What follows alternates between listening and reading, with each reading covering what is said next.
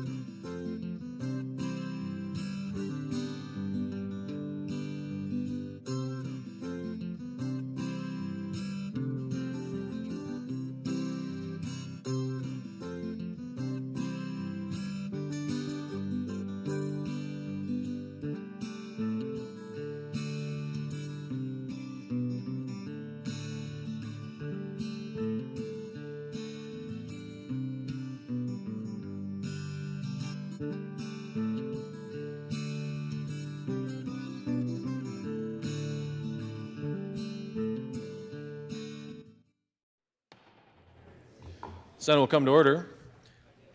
Leading us in prayer today is the Reverend Jake Cron of New Life Assembly Church in Pierre. Following the prayer, the Pledge of Allegiance will be led by the Senate pages of the day, Danny Kotelik of Bonham High School and Madison Olson of Harrisburg High School.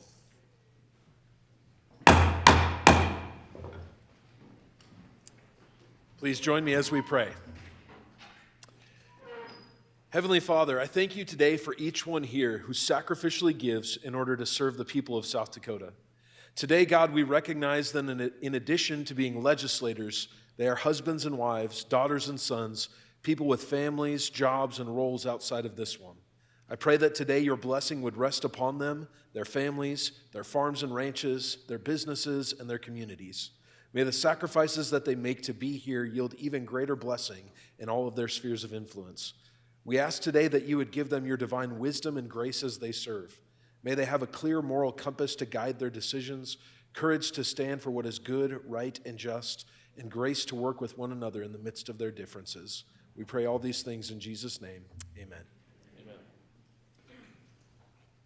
I pledge allegiance to the flag of the United States of America and to the republic for which it stands, one nation under God, indivisible, with liberty and justice for all. Secretary will call the roll. Senators Beal, Blanc, Carley, Crabtree, Davis, Dybert, Duhamel, Foster, Grove, Hone, Howard, Hulse, Jensen, Carr, Colbeck, Lapke, Larson, Marty, Melhoff, Miskimmons, Nelson, Otten, Perry, Peterson, Pischke, Reed, Rolls, Souter, Shanefish, Smith, Vilhauer, Voigt, Voida, Whip, and Zickman. Mr. President, we have a quorum. Approval of the journal. Mr. President, the Committee on Legislative Procedure reports that the Secretary of the Senate has had under consideration the Senate Journal of the 21st day. All errors, typographical or otherwise, are duly marked in the temporary journal for correction, and we hereby move adoption of the report. Submitted, Chris Carr, Chair. That has been moved and seconded. Is there any discussion? Seeing none, those in favor say aye. Opposed, nay. That motion carries. Ladies and gentlemen of the Senate, at this time I'm going to recognize the Doctor of the Day, if she would stand. The Doctor of the Day today is Dr. Joy Mueller. She is a family medicine physician with Sturgis Monument Health, practicing in the Family Medicine Clinic, Hospital, and Emergency Department. She received her medical degree from USD Sanford School of Medicine and her residency at the Regional Family Medicine Residency. She is a member of the State Medical Association and past president of the South Dakota Academy of Family Physicians. Let's thank her for helping us out today.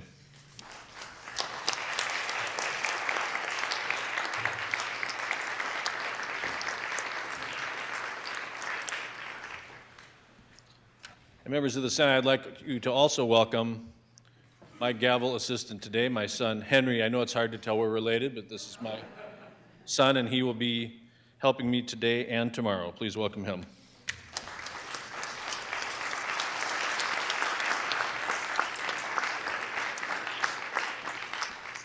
I can tell he really enjoyed that. Senator Reed. Thank you, Mr. President. Personal privilege? Granted. Thank you. Well, members of the Senate, I'm pretty happy for this whole week because I happen to have my wife joining me, Mary. She's up here to my right. If you'd please welcome her to the Senate. Welcome.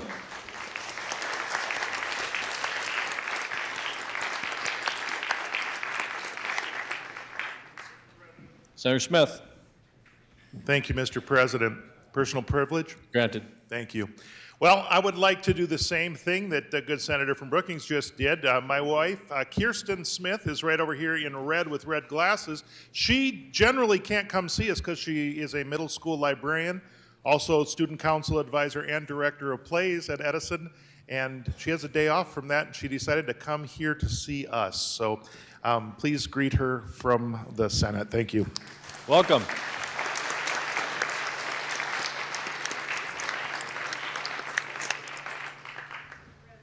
Senator Souter. Thank you, Mr. President. If we look up in the gallery today at some of the best dressed kids we've seen in the session this this year. We have the government class, or the senior class from Dubrook High School, and from my district, District 4, and also some of them are from District 8, and some of them are the newest voter. They just registered to vote today downstairs with the Secretary of State. So welcome here, Dubrook High School. Welcome. Stand up.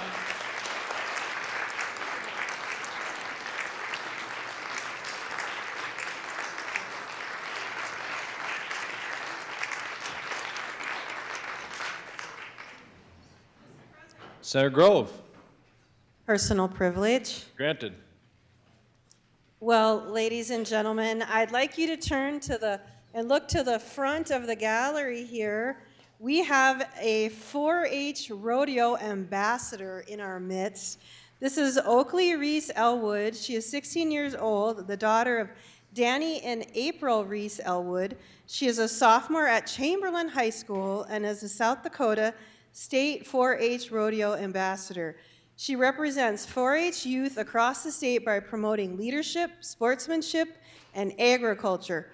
Oakley works to inspire younger members, educate the public about rodeo and horsemanship, and reflect the strong values of South Dakota's rural communities. She serves as a positive role model while sharing the traditions of South Dakota rodeo and 4-H. Please greet her and her family. Thank you. Welcome.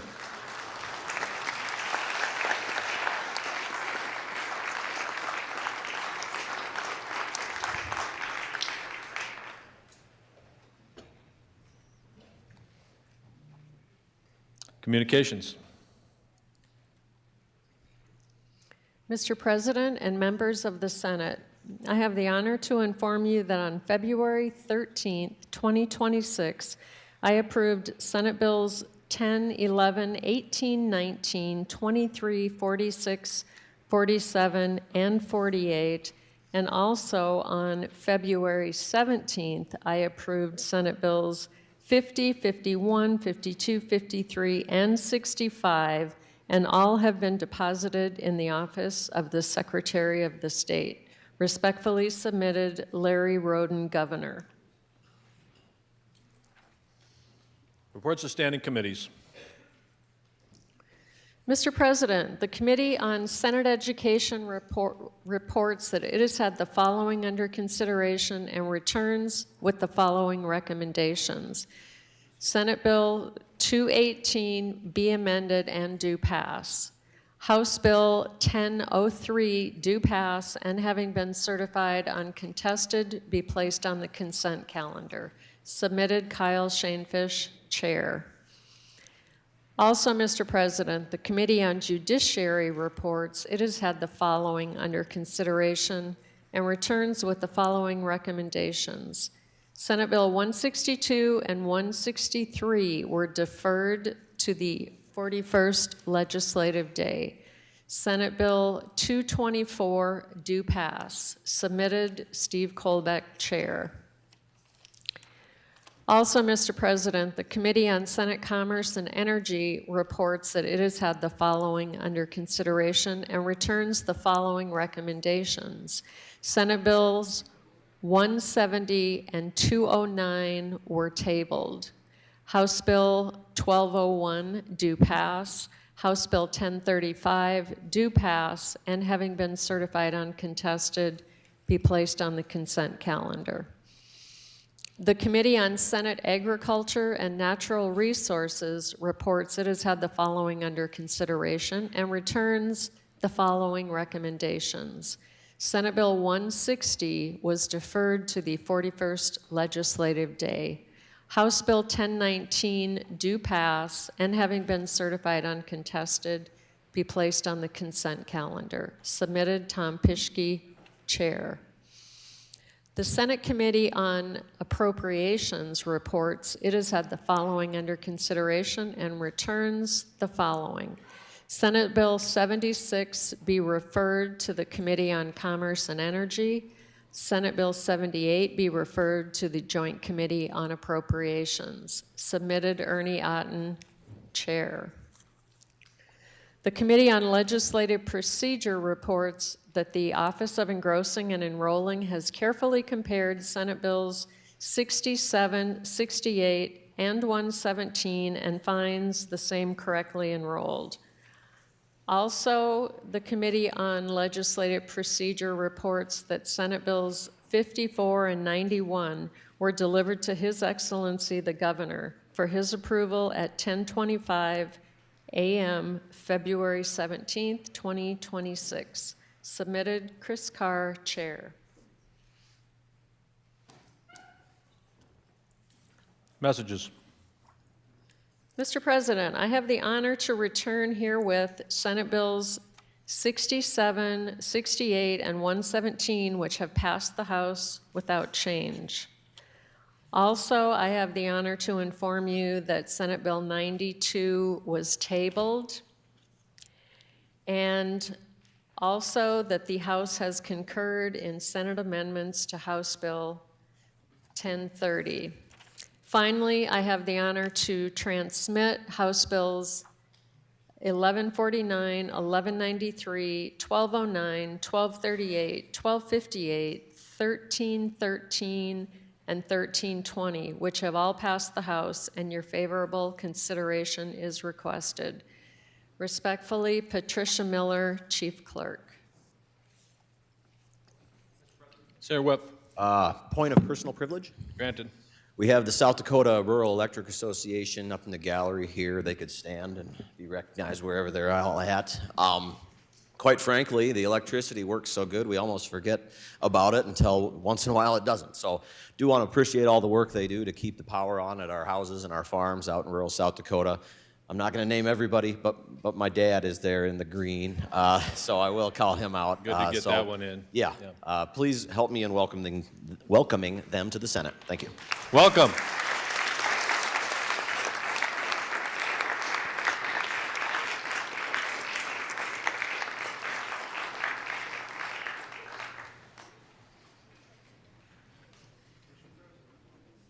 Senator Perry.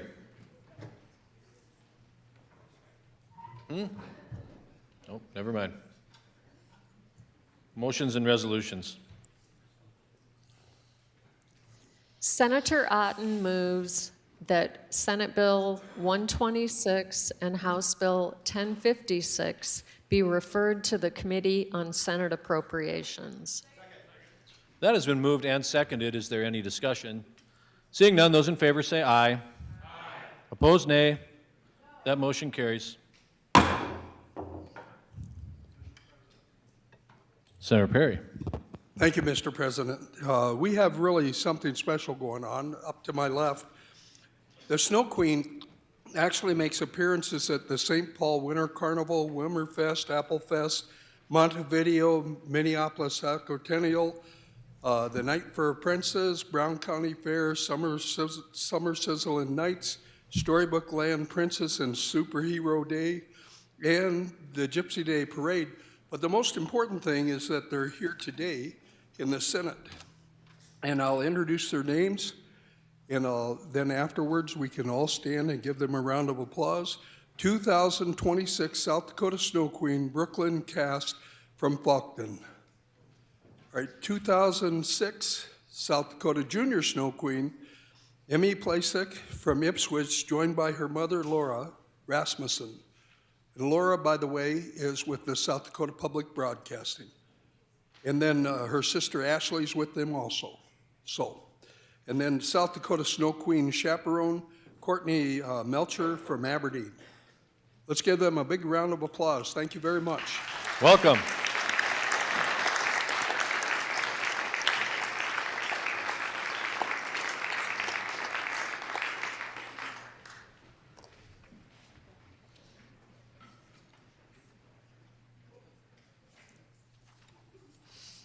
Senator Roll moves that the Committee on State Affairs be instructed to deliver Senate Bill 110 to the floor of the Senate pursuant to Joint Rule 7-7. That has been moved by Senator Roll and seconded to deliver Senate Bill 110 to the floor. That is the smokeout rule. Are there any remarks, Senator Roll? Thank you, Mr. President. Well, I would ask the body to support the motion by standing. This bill went to committee. It was a tie vote. One member was missing, and I certainly can't say what that member would vote, but they were a co-sponsor on the bill, which leads me to believe it would have made it to the floor if the entire committee was there. So for that, I would ask the body to stand up and support the motion. Thank you. Further remarks? Seeing no further remarks, we'll vote by standing. Is he supported? He is supported. So we will take up the motion to calendar that bill tomorrow. Yeah, the committee has to act first, but it won't be today. Yeah. Senator Carley moves that the Committee on State Affairs be instructed to deliver Senate Bill 175 to the floor of the Senate pursuant to Joint Rule 7-7. That has been moved by Senator Carley and seconded to deliver Senate Bill 175 to the floor. Again, this is the smokeout rule, Joint Rule 7-7. Are there any remarks? Senator Carley. Thank you, Mr. President. Yeah, this in committee was tied 5-4-4 on the initial vote. We had a person missing initially, then it eventually failed. Would love your support on that. It's an important issue for elections, being an election year, and just what's in front of us with, I think the title says, proof of citizenship to vote, or to register to vote. Thank you. Thank you. Further remarks on that motion? All right, again, we'll vote by standing. Is he supported?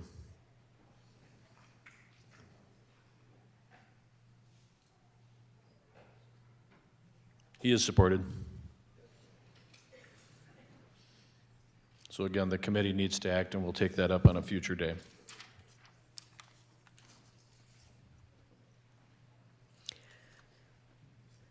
Thursday of last week, Senator Larson announced her intention to reconsider the vote by which Senate Bill 150 lost.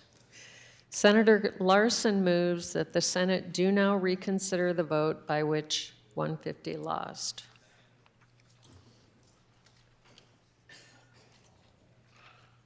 That has been moved by Senator Larson and seconded to reconsider the vote by which Senate Bill 150 lost. Are there any remarks? Senator Larson. Yes, thank you. We did have a member missing on that day, and so I would urge you to allow me to reconsider this vote. I would also like there's been new information that's also come to light, and so I'd love to have an opportunity to talk with more people about that before we vote on it again. Thank you. Thank you. Further remarks on that motion? Seeing no further remarks, this is a roll call vote. When your name is called, those in favor of the motion will vote aye. Those opposed, nay. The secretary will call the roll. Senators Beal, excused. Blanc. Carley. Crabtree. Davis. Dibert. Duhamel. Foster. Grove. Hone. Howard. Hulse. Jensen. Carr. Kolbeck. Lapke. Larson. Marty.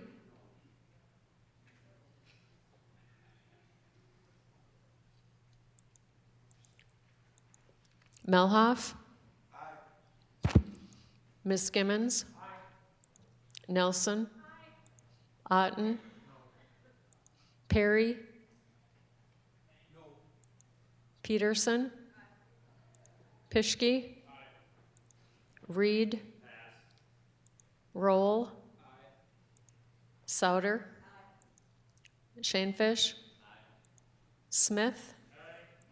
Vilhauer. Voigt. Voida. Whip. Sickman. Blanc. Reed. Mr. President, we have 24 yeas, 10 nays, with 1 excused. So that motion, having received the affirmative support of a majority of the members elect, the president declares the motion carried.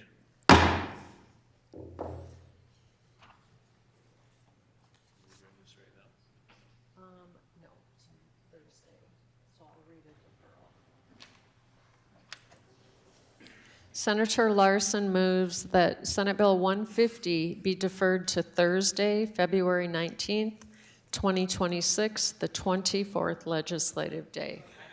That has been moved and seconded. Is there any discussion? Hearing none, those in favor say aye. Aye. Opposed, nay. That carries. Thursday of last week, Senator Grove announced her intention to reconsider the vote by which Senate Bill 190 lost.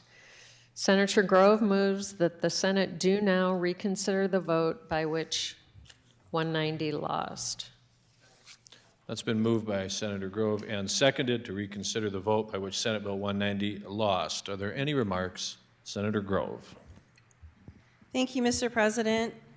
Colleagues, I would just ask that we reconsider this today. We were short one person that I believe would have stood with me if they had been here. And also, I have found some new information and have an amendment that I think might ease some of the concerns from last week. So I would love the opportunity to speak on this again. Thank you.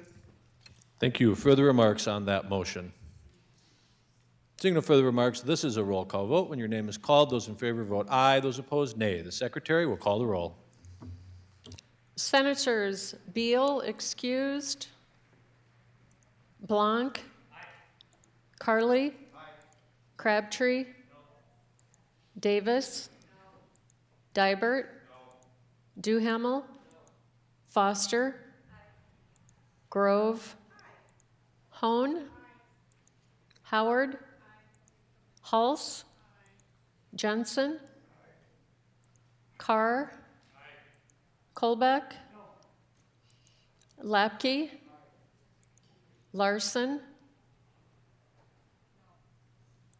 Marty, Melhoff, Miskimmons, Nelson, Otten, Perry, Peterson, Pischke, Reed, Roll, Souter, Shane Fish, Smith, Vilhauer, Voigt, Voida, Whip, Zickman. Mr. President, we have 19 yeas, 15 nays, 1 excused. So that motion, having received an affirmative vote of a majority of the members elect, the President declares the motion carried.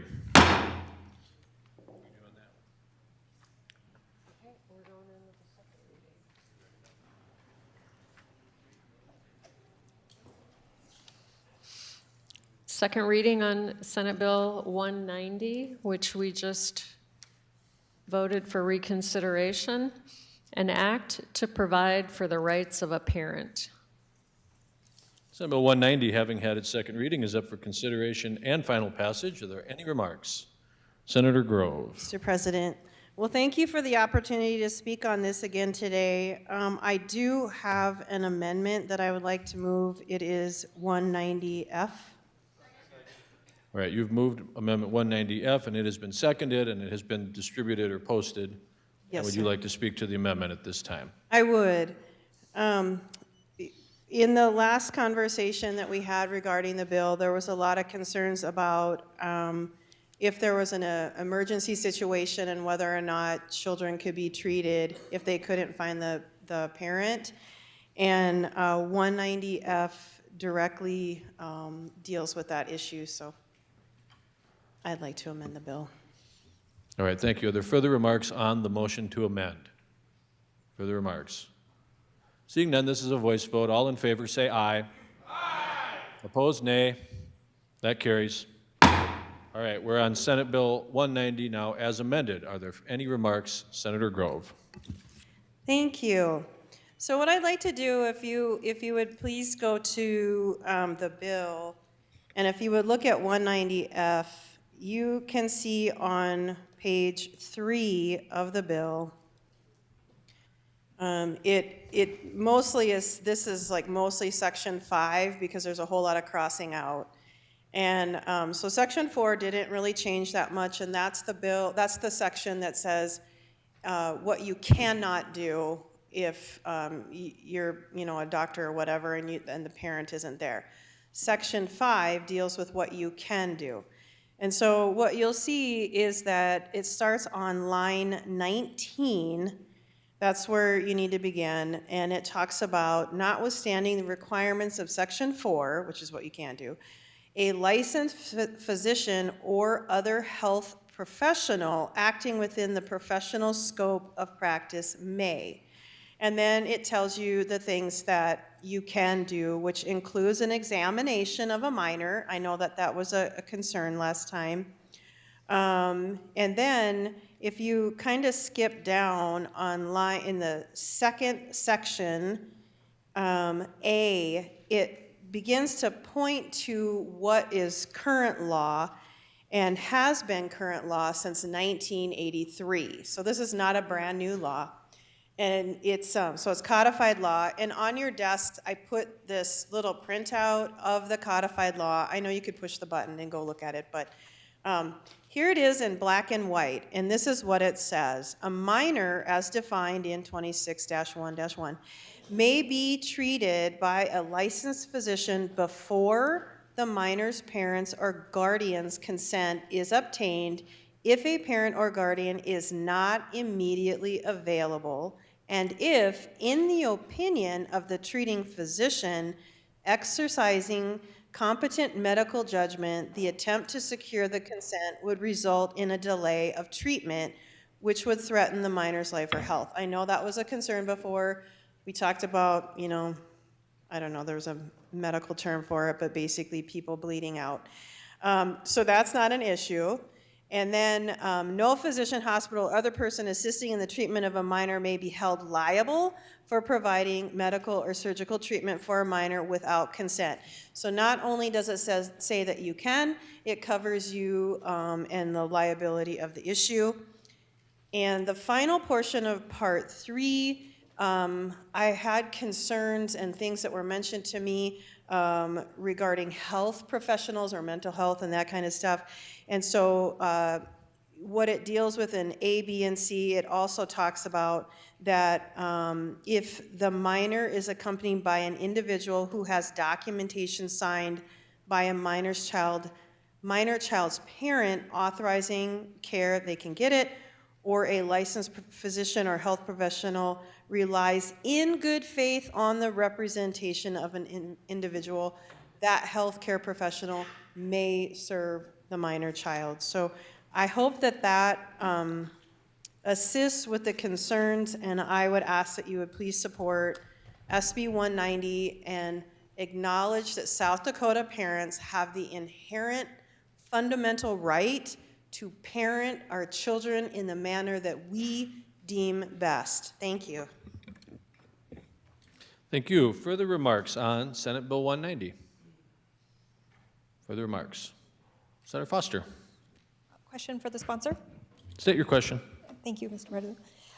How does SB 190 reconcile mandatory child abuse reporting requirements with the provision that requires the first call be made to the parent, particularly when the parent could be the alleged perpetrator? Senator Grove, do you wish to answer that? I do, Mr. President, because that is an excellent question. And I apologize, I had the law. But so when you have a mandatory report, if you're a teacher or a physician or a counselor, whomever, and you have to do mandatory report, first of all, you have to very specifically report to DSS. And I just want to point out, one of the things that was said to me by, actually, the secretary of DSS on a conversation that I had with him just yesterday, is he said, one thing that you have to notice when you are in committee is who is not in the room. DSS was not in the room because this law does not supersede current law. If you are a mandatory reporter, you must still report. It is a mandate, and this law in no way hinders that. So there's no issues with someone not being able to mandatory or fulfill their mandatory reporting obligations. Further remarks, Senator Foster? No. Any further remarks on Senate Bill 190? Further remarks? Seeing no further remarks, the question before the Senate is final passage of Senate Bill 190. When your name is called, those in favor vote aye, those opposed nay. The Secretary will call the roll. Senators Beal excused, Blanc, Carly, Crabtree, Davis, Dibert, Duhamel, Foster, Grove, Hone, Howard, Hulse, pardon? Jensen, Carr, Colbeck, Lapke, Larson, Marty, Melhoff, Miskimmons, Nelson, Otten, Perry, Peterson, Pischke, Reed, Roll, Souter, Shanefish, Smith, Vilhauer, Voigt, Voida, Whip, Zickman. Mr. President, we have 19 yeas, 15 nays, 1 excused. So Senate Bill 190, having received an affirmative vote of a majority of the members elect, the President declares the bill passed. Are there any questions on the title? Seeing none, it is deemed correct. Senator Hone. Personal privilege? Granted. And I have 2, actually. I guess so. Okay, thank you. I'd like to introduce Dakota Rural Action and thank them for the breakfast and coffee this morning in the lobbies. If you could please stand. For almost 40 years, Dakota Rural Action and its members from across South Dakota have worked together to advance policy that protects family-scale agriculture, preserves our environment, and promotes vibrant communities. Dakota Rural Action has been on the forefront of our property rights issues. So if you can please help me welcome them to the Senate. Welcome.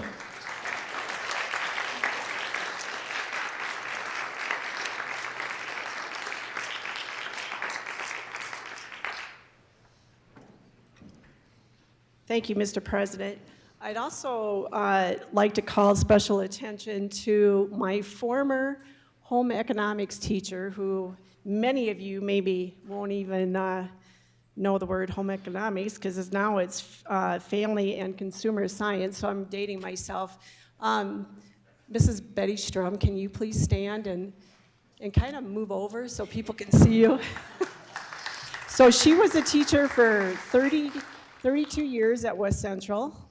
She taught 32 years and she retired in 1999. And she really is one of the reasons why I'm at this desk today. So thank you, Betty. Welcome.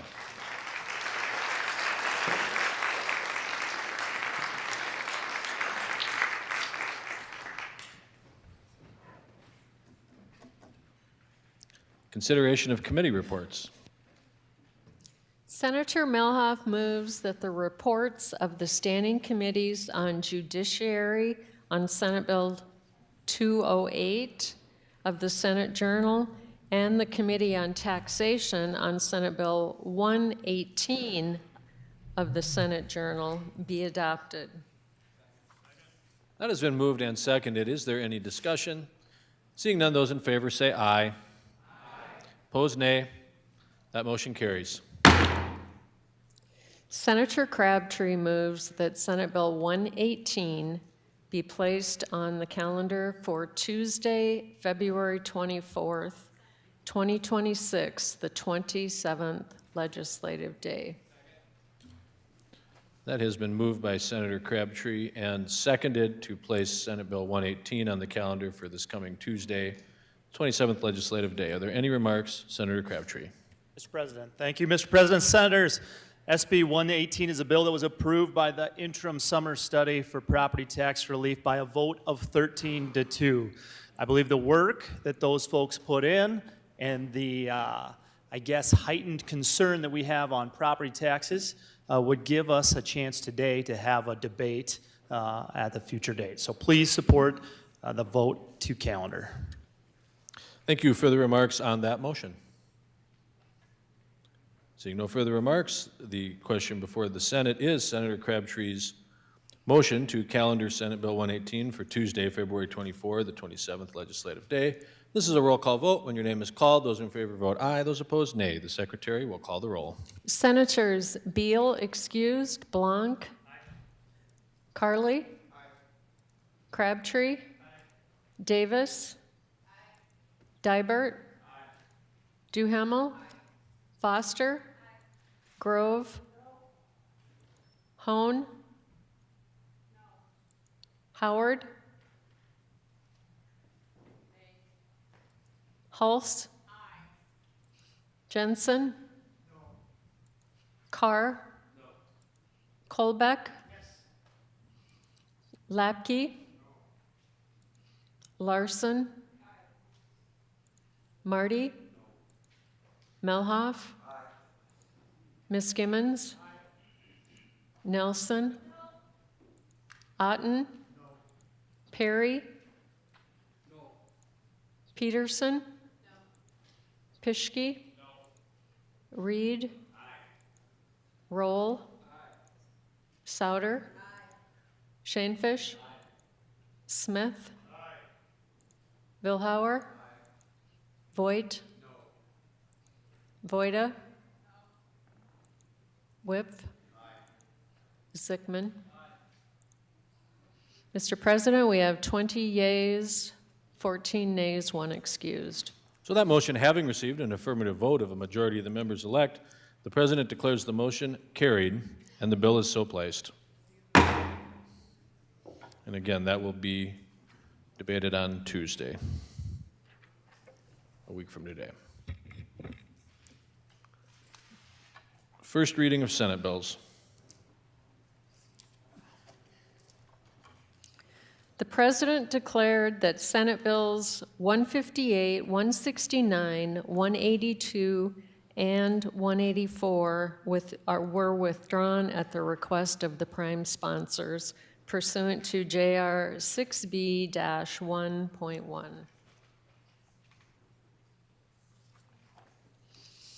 The President also declared that Senate Bill 211 changed prime sponsor from Senator Dibert to Senator Reed at their request.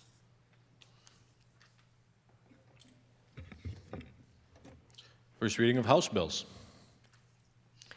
House Bill 1149, adopt the Athletic Trainer Licensure Compact. House Bill 1193, modify the provisions for a refund of taxes to disabled veterans and surviving spouses under certain property tax relief programs. House Bill 1209, require employment verification eligibility through the E-Verify program and to provide a penalty therefor. House Bill 1238, protect financial institutions taking action to prevent the financial exploitation of consenting senior or vulnerable adults. House Bill 1258, require that a property tax bill provide access to a state website providing property tax information. House Bill 1313, require education in prenatal human growth and development. And House Bill 1320, revise a provision related to service of process for boards of county commissioners. And the President Pro Tem has made the following committee assignments: to Senate Commerce and Energy, House Bill 1238; to Senate Health and Human Services, House Bills 1149 and 1313; to Senate Local Government, House Bill 1258 and 1320; to Senate Tax, House Bill 1193. In addition, A bill that was read on a prior day was assigned today, and that is House Bill 1105 to Senate Health. One bill, House Bill 1209, has not been assigned at this time. And we are up to the consent calendar. Today on consent, we have one bill, Senate Bill 138, revise the time within a recount for a school board election must be completed. Also on consent today, we have the executive reappointment of Kurt D. Hall to the South Dakota Board of Pardons and Paroles. Items on the consent calendar were reported out of committee with no dissenting votes and are not subject to debate. Only questions for clarification purposes are appropriate. There will be one vote taken for all bills on the consent calendar. Are there any questions? Seeing none, the question before the Senate is, shall the items on the consent calendar pass? When your name is called, those in favor vote aye, those opposed nay. The Secretary will call the roll.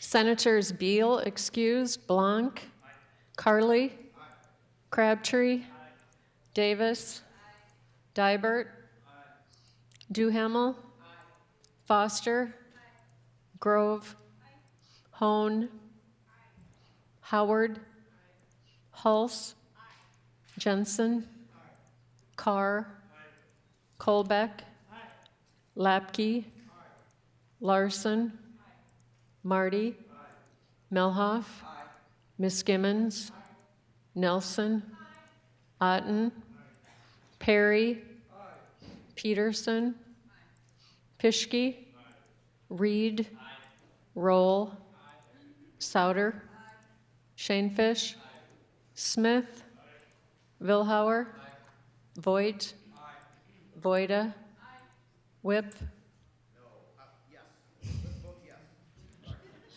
Zickman. Mr. President, we have 34 yeas, 1 excused. So the consent calendar items having received a majority vote of the members-elect, the items are declared passed and the appointment confirmed. Are there any questions on the title? Seeing none, it's deemed correct. We are up to our debate calendar. Second reading of Senate bills. Senate Bill 20, an act to make an appropriation for tax refunds for elderly persons and persons with a disability, and to declare an emergency. Senate Bill 20, having had its second reading, is up for consideration and final passage. Are there any remarks? Senator Vilhauer. Thank you, Mr. President. Dear Senate colleagues, 2 weeks ago, we voted on Senate Bill 21. We passed an amendment on that, and that was a bill that laid out the parameters for tax refunds to low-income, elderly, and persons with a disability. This is the funding side of that bill now. Senate Bill 20 provides $425,000 in funding for that program. Now, the average refunds that these individuals get, somewhere around $300 for an individual, $600 for a household, doesn't seem like much. But for many of these people, that is a very valuable lifeline economically that these people depend upon. There's roughly 1,000 to 1,050, somewhere in there, that receive this refund every year. If you want to call it a tax refund or a social welfare handout, I don't care what you want to call it, but this is something that is necessary and needed by these people that receive it. So I would ask that you vote yes on Senate Bill 21. Thank you. Thank you. Further remarks on Senate Bill 20? Further remarks? Seeing no further remarks, the question before the Senate is final passage of Senate Bill 20. Because of the appropriation and the emergency clause, this requires a 2/3 majority vote. When your name is called, those in favor vote aye, those opposed nay. The Secretary will call the roll.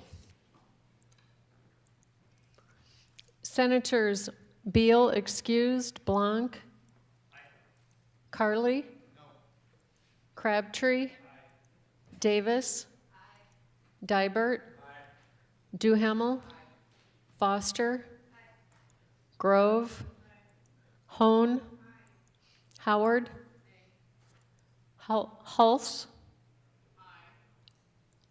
Jensen, Carr, Colbeck, Lapke, Larson, Marty, Melhoff, Miskimmons, Nelson, Otten,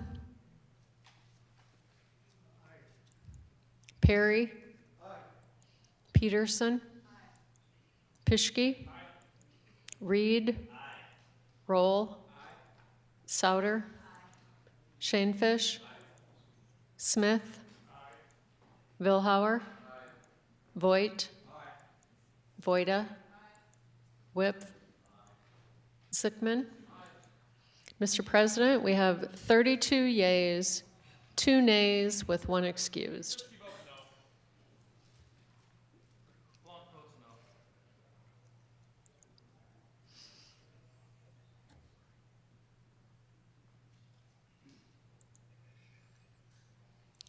Pischke votes no. Blanc votes no. We have 30 yeas, 4 nays, 1 excused. So Senate Bill 20, having received an affirmative vote of a 2/3 majority of the members elect, the President declares the bill passed. Are there any questions on the title? Seeing none, it's deemed correct.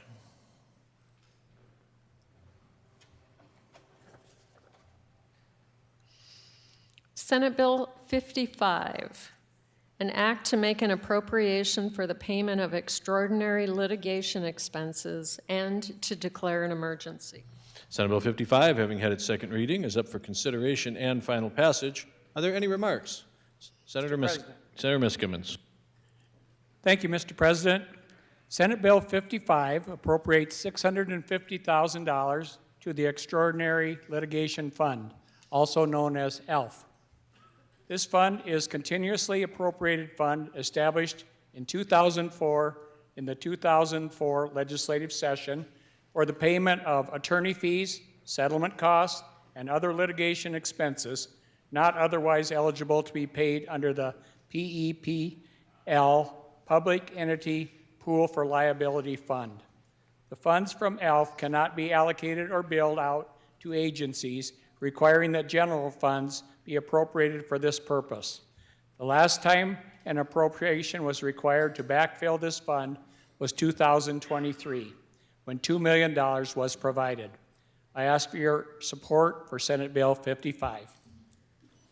Thank you. Further remarks on Senate Bill 55? Seeing no further remarks, the question before the Senate is final passage of Senate Bill 55. Because of the appropriation and the emergency clause, this requires a 2/3 majority vote. When your name is called, those in favor vote aye, those opposed nay. The Secretary will call the roll.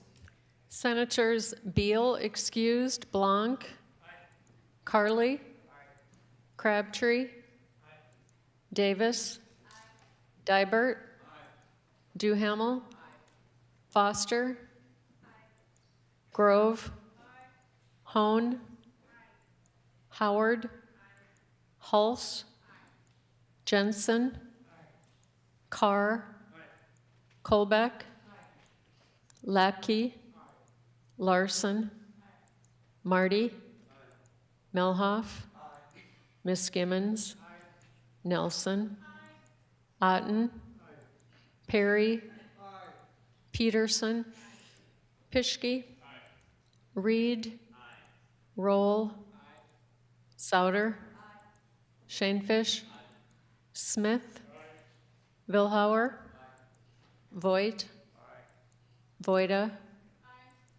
Whip, Sickman. Mr. President, we have 34 yeas with 1 excused. So Senate Bill 55, having received an affirmative vote of a 2/3 majority of the members elect, the President declares the bill passed. Are there any questions on the title? Seeing none, it's deemed correct.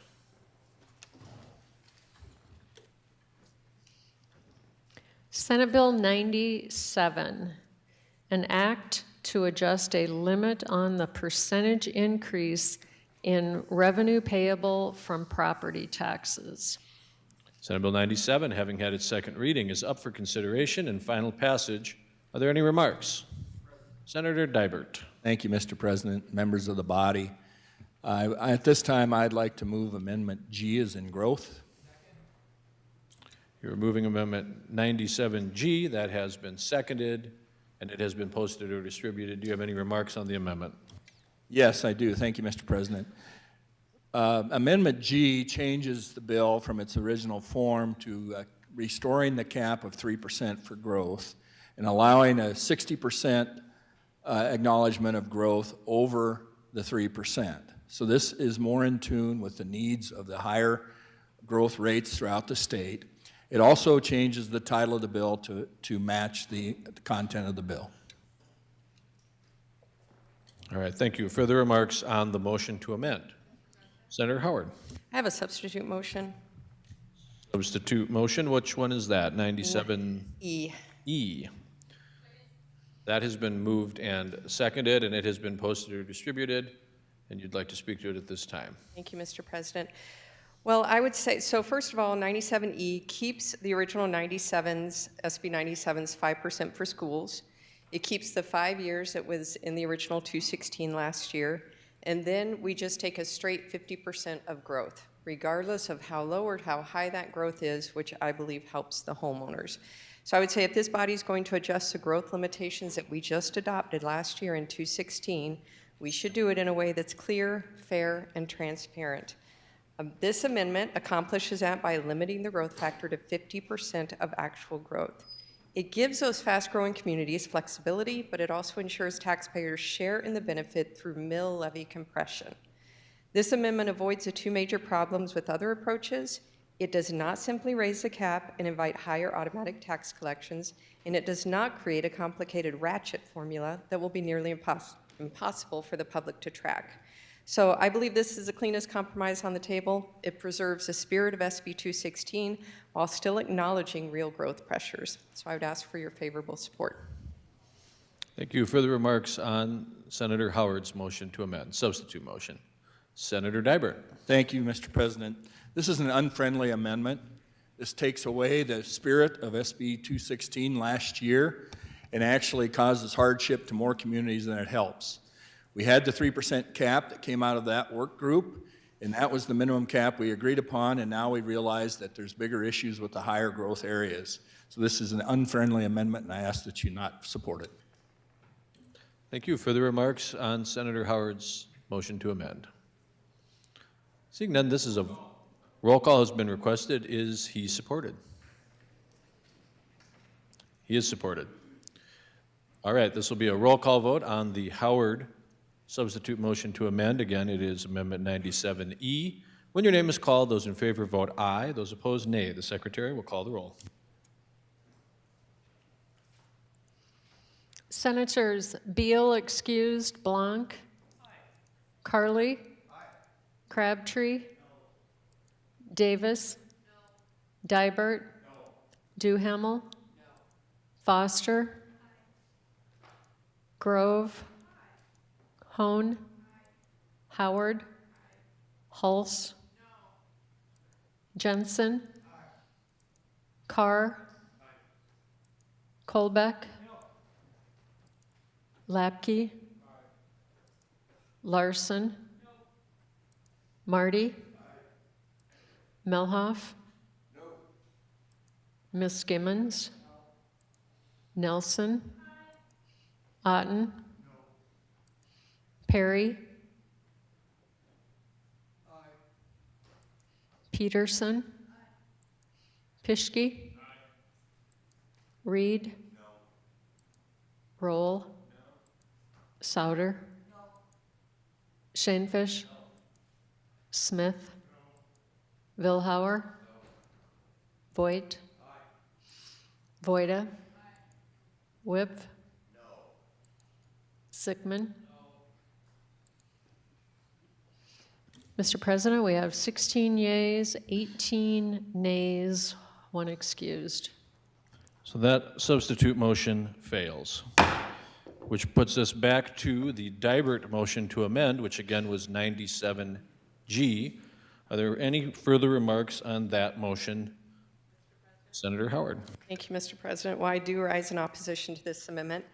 In theory, the 3% plus 60% approach may sound like a compromise, but in practice, it creates a dangerous new escalator in our property tax system. If you'll notice from the handouts, and I think I gave you plenty of handouts to look at, but only 3 of 66 counties average over 3% over the last 5 years. About 20% of the cities do. That's who this would help at the most. It doesn't help anyone else. What this amendment does is change the growth factor from a clear, predictable cap into a formula that automatically expands government's ability to capture revenue as growth increases.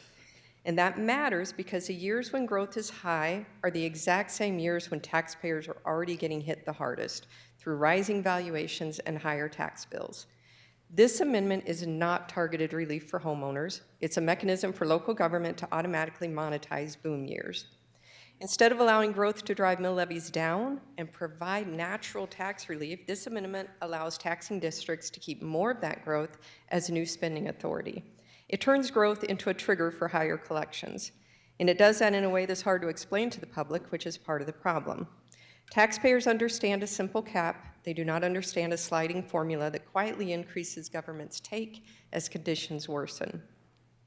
If the legislature believes the current 3% cap is too restrictive, then the honest way to address that is with a straightforward percentage of growth limit. Unfortunately, that just died. But this 3% plus 60% structure is not clean, not transparent. It's a ratchet, and once we build those ratchets into a property tax system, the taxpayers lose. So this is a clear decision between bigger government or on the side of the homeowners for lower taxes. I'd urge a no vote. Thank you. Thank you. Further remarks on the Dibert motion to amend? Does any senator wish to speak before Senator Dibert speaks a second time on the amendment? Senator Duhamel. Thank you, Mr. President. I stand in support of this bill because I think it's a good bill that growth needs to pay for growth. Let people coming here, let the expansion pay for the needs of the growing areas, the roads, the water, the sewer, the public safety. The cap limits new people coming here, that new growth, from paying for these needs. This doesn't matter to 90% of our state. That's true. But I implore you not to let the 10% where the growth is happening in our state to suffer. Right now, we are starving these cities.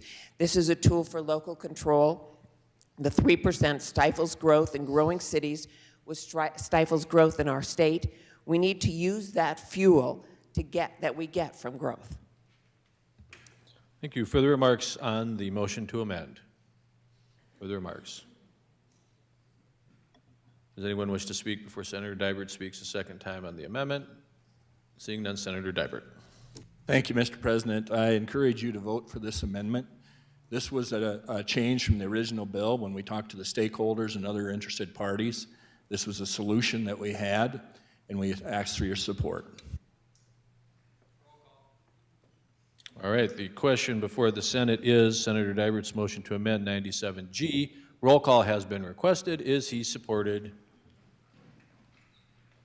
He is supported. This will be a roll call vote. When your name is called, those in favor vote aye, those opposed nay. The Secretary will call the roll. Senators Beal, excused. Blanc? No. Carly? No. Crabtree? Aye. Davis? Aye. Dibert? Aye. Duhamel? Aye. Foster? No. Grove? No. Hone? No. Howard? Hulse? Aye. Jensen? No. Carr? Kolbeck? Yes. Lapke? No. Larson? Aye. Marty?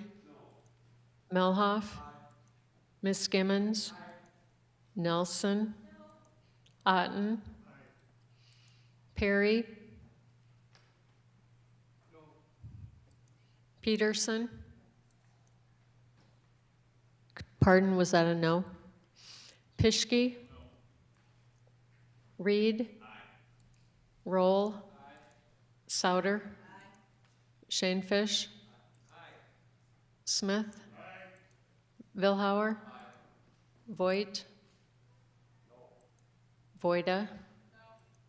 Whip? Aye. Zickman? Aye. Mr. President, we have 18 yeas, 16 nays. So that motion, having received an affirmative vote of a majority of the members present, the President declares the motion passed. We are now back on the bill, Senate Bill 97, as amended. Are there any remarks? Senator Dibert. Thank you, Mr. President. We're finally here.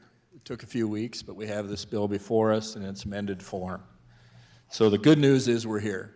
The other good news is that this bill has growth paying for growth. If you think about that, when you have growth, growth should support the growth. That's the bottom line here. When we compromise on growth, the services that we render are rendered with less money. So you're going to have less services, critical services, if you don't allow for the growth. The growth allows the local governments to acquire the money they need to support the growth and not go thin on public safety items. If you have growth at a high percentage, in my district at 5%, it would be between 460 and 600 homes. How do you support those homes without taking the growth, which allows you to increase your budget accordingly? You do not. So when you need an extra sheriff's deputy, an extra sheriff's car, or you need a firehouse or more fire engines, where do you get the money? And how do you provide those services to those people? So you get less services, less response time due to the growth. If you allow for the budget to grow, or the tax ask to grow for the growth, now you have those services. This bill is a good compromise on capping the growth at 3% and allowing those areas such as Harrisburg and T to capture 60% of their extensive growth. I ask for your support, and this bill is moving forward, I hope. Thank you. Further remarks on Senate Bill 97, Senator Howard. Thank you, Mr. President. Third time's a charm, I hope. So I rise today in strong opposition to SB 97, especially as amended with the 3% plus 60% formula. And I want to be blunt. This bill is not property tax relief. It's not. It's a property tax expansion plan disguised as a correction to 216 from last year. Last year, this legislature passed 216 because South Dakotans were furious, and rightly so. Their property taxes were rising faster than their paychecks.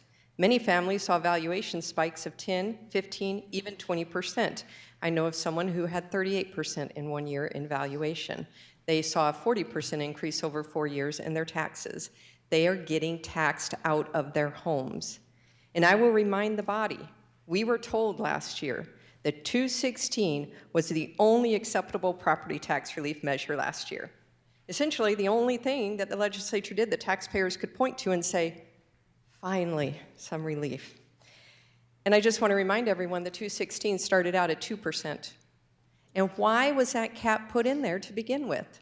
The cap was put in there to compress the mill levy down and provide relief to homeowners. But now, before 216 has even taken effect, we're going to roll that back and undo what we did just last year. SB 216 doesn't even kick in until 1 July of this year. Taxpayers haven't seen 1 penny of benefit yet. And yet this bill is being advanced to weaken the protection that 216 was supposed to deliver. Because 216 wasn't some radical proposal, in fact, as I said, the original proposal was 2%. The 3% that passed was a compromise, an agreement between taxpayers and the government to put a reasonable guardrail in place. This bill blows through that compromise. Now, this bill originally proposed raising the cap from 3 to 5%. That alone would have been a rollback. Only 2 counties in the last 5 years ever went above 5%. But this is a clear message. When taxpayers are already getting hammered, government should be allowed to take even more. Now the sponsor is proposing something even worse. And if you looked at the handout that I gave you, the numbers show. I gave you 2 different scenarios to look at, and the proof is right there. Yes, I had to make some assumptions. My numbers are not erroneous. I had to make some assumptions to give you some examples. But the 3% plus 60 is even worse than the 5% from the perspective of the homeowner, and that's the perspective I come from. This guarantees that when a community is booming, when new construction is coming in, when valuations are already rising, when families are already stretched thin, government automatically captures the bulk of that boom as new revenue. And what do taxpayers get? They get told, it's just growth. It's just growth. So I'm going to give you a real example using the exact math behind this bill. In a scenario with 8% growth, something that we are seeing in parts of Lincoln, Minnehaha, Pennington, and some other fast-growing areas, a homeowner with a $350,000 home that appreciates 15%, which is reasonable over the last 5 years that we've seen in these fast-growing areas, they'll see their taxes rise about $322 more under 216 and over $400 more under the 3% plus 60% formula. You may not think that's much, but when you're knocking on doors and you have widows who are in tears telling you they don't know how they're going to pay their property taxes next year, or another one that tells you they have 2 vehicles for sale because they need to pay their property taxes, every dollar matters. Instead of forcing mill levies down and letting growth benefit the people who are paying the taxes, 97 is designed to let government cash in automatically. But I want to be clear, the original 5% cap wasn't acceptable either. That was still a rollback. It still increased the amount government could take automatically, and it still weakens 216. But this approach is even more dangerous because it is designed to scale upward and accelerate government revenue as growth rises. If this legislature insists on changing 216 before it even takes effect, then we should at least do it honestly, as I said before, but that already died. So this amendment is designed to sound like a compromise while producing big government outcomes. South Dakotans are not asking for clever formulas, they're asking for property tax relief. And heaven help us if this is the only bill that gets through this year, and instead of providing relief, we undo the tiny little bit of relief that we were promising them last year. So I'm urging a no vote on this bill. Thank you. Thank you. Further remarks on Senate Bill 97? Senator Otten. Thank you, Mr. President. Well, what we're talking about here is actually T and Harrisburg. I mean, you can take the 66 counties, there's 6 of us, or 6 counties that principally are having growth itself. When you start boiling those down, we end up with principally 2, Minnehaha. But their commercial end is holding their taxes down a little less than what Lincoln is. So we're talking about Harrisburg and T. Harrisburg's running about 12.5%. T's quite a bit underneath that, 9, 10-ish.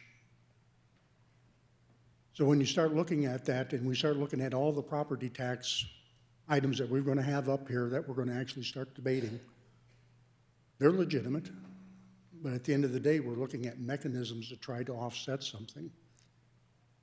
And we haven't really addressed the elephant in the room, and that is assessments. So when you got these high areas that people are flooding into, and you've got average homes going up, $700,000 homes, well, what does Aunt Agnes and little Uncle Ned, what do they do with their little deal? Assessments drive it up.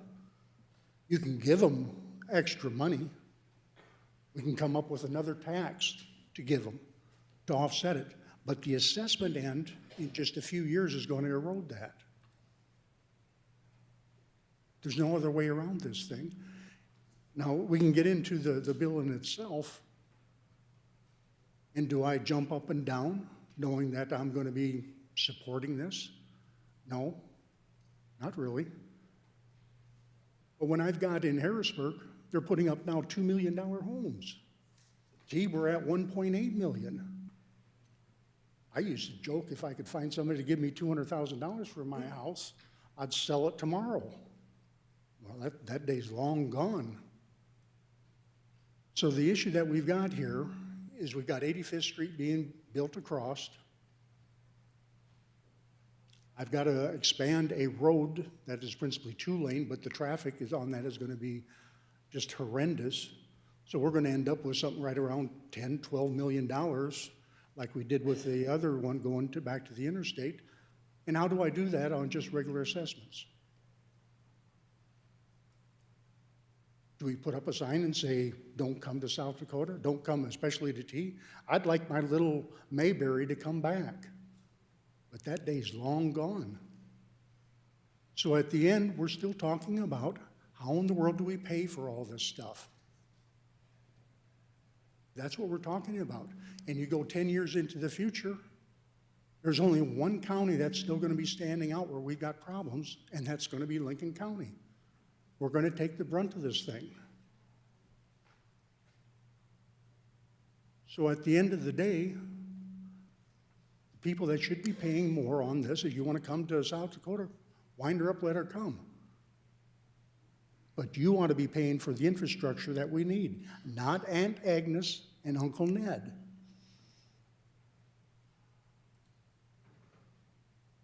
Thank you, Mr. President.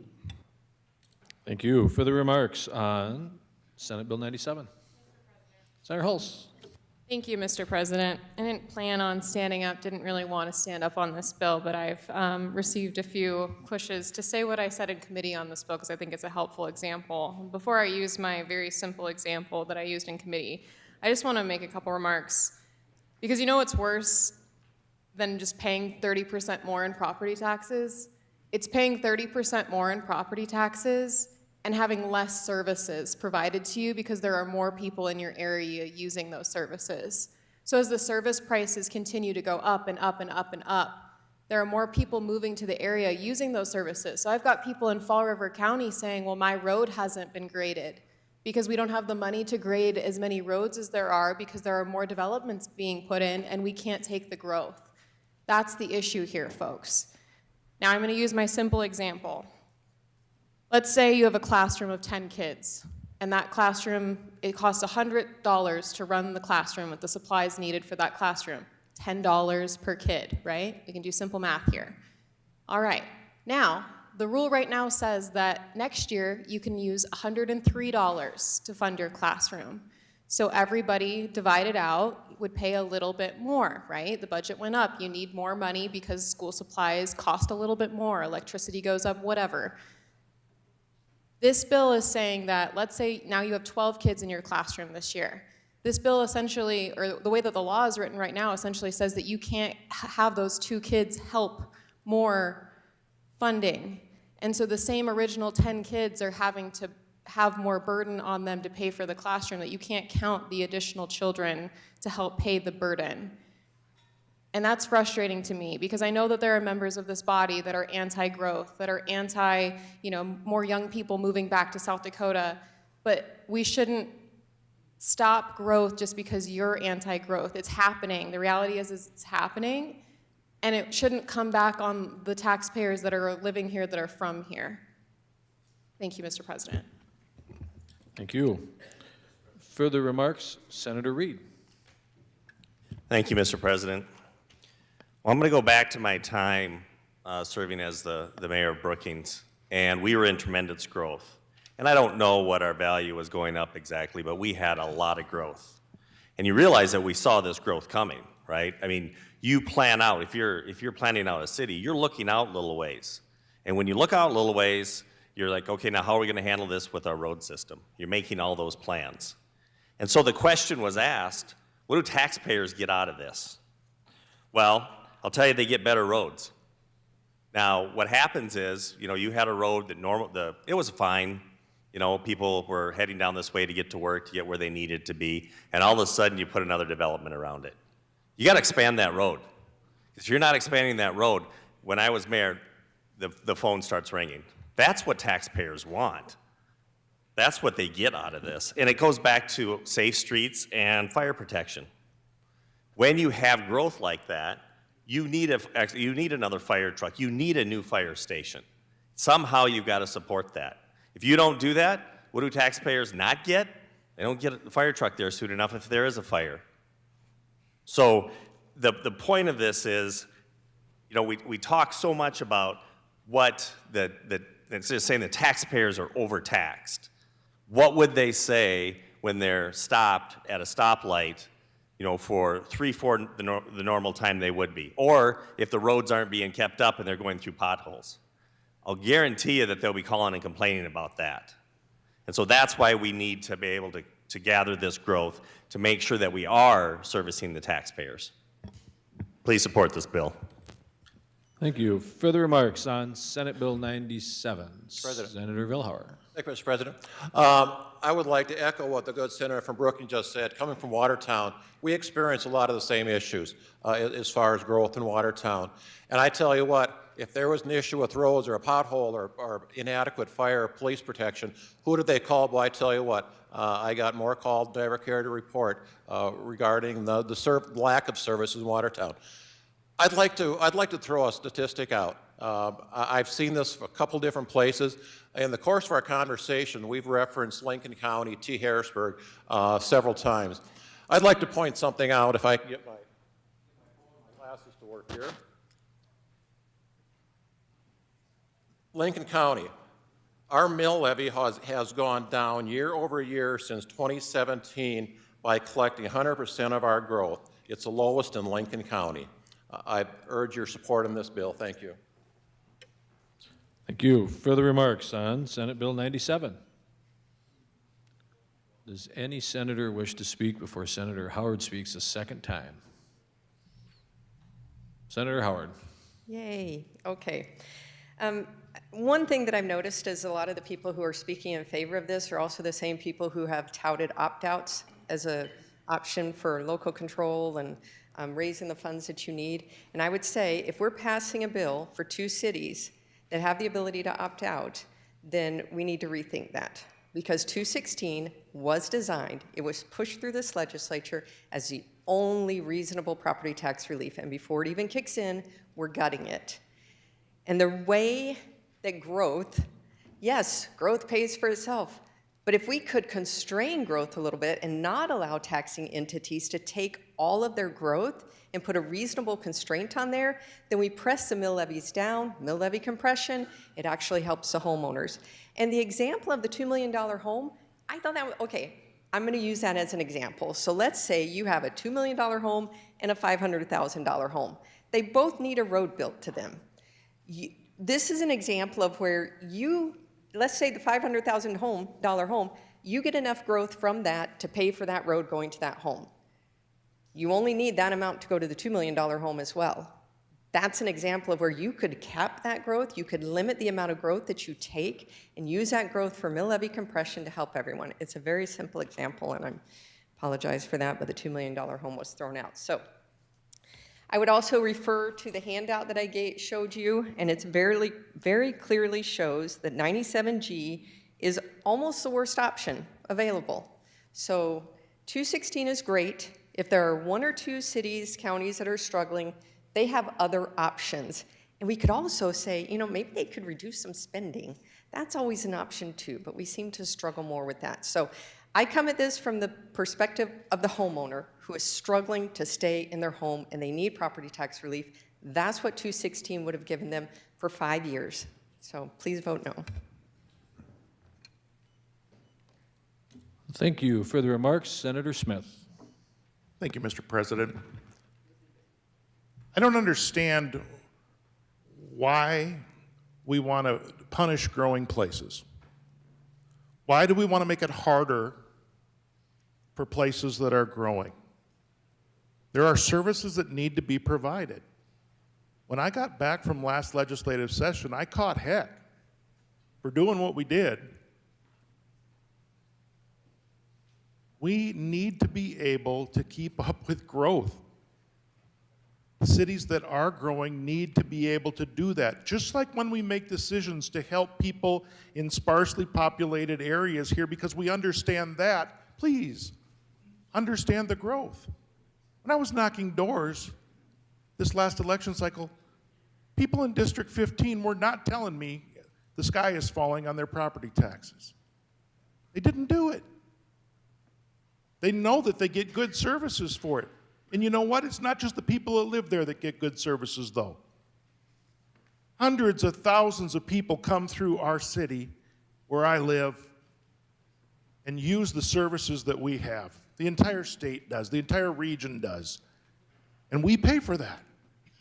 Let us pay for it through this bill right here that helps us get back a little bit of what we took away last year.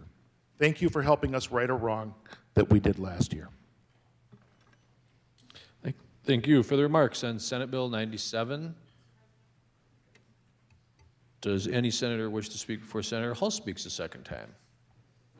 Senator Hulse. Thank you, Mr. President. I just want to make sure that we clarify something here. All a cap on growth does is encourage opt-outs. So I'm really glad that that was brought up, because if you like opt-outs, then you should vote, I don't even know anymore. If you like opt-outs, then you probably should vote no on this bill, no, yes on this bill. I don't even know anymore, I'm confused. But anyway, all a cap on growth would do is encourage opt-outs. And so if you're against opt-outs, you shouldn't want a cap on growth, because all it's going to do is make municipalities and counties opt out more above what they're even supposed to be capped at. Thank you. Further remarks on Senate Bill 97? Further remarks? All right, Senator Dybert in closing. Thank you, and thank the body for a lively debate. A couple points here. I was on the work group that established 216 last year and brought it to this chamber.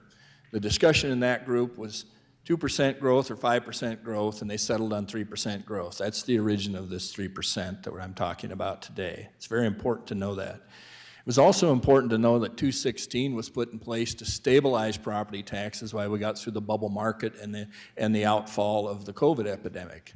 That's what that was about. It was a way to stabilize property taxes.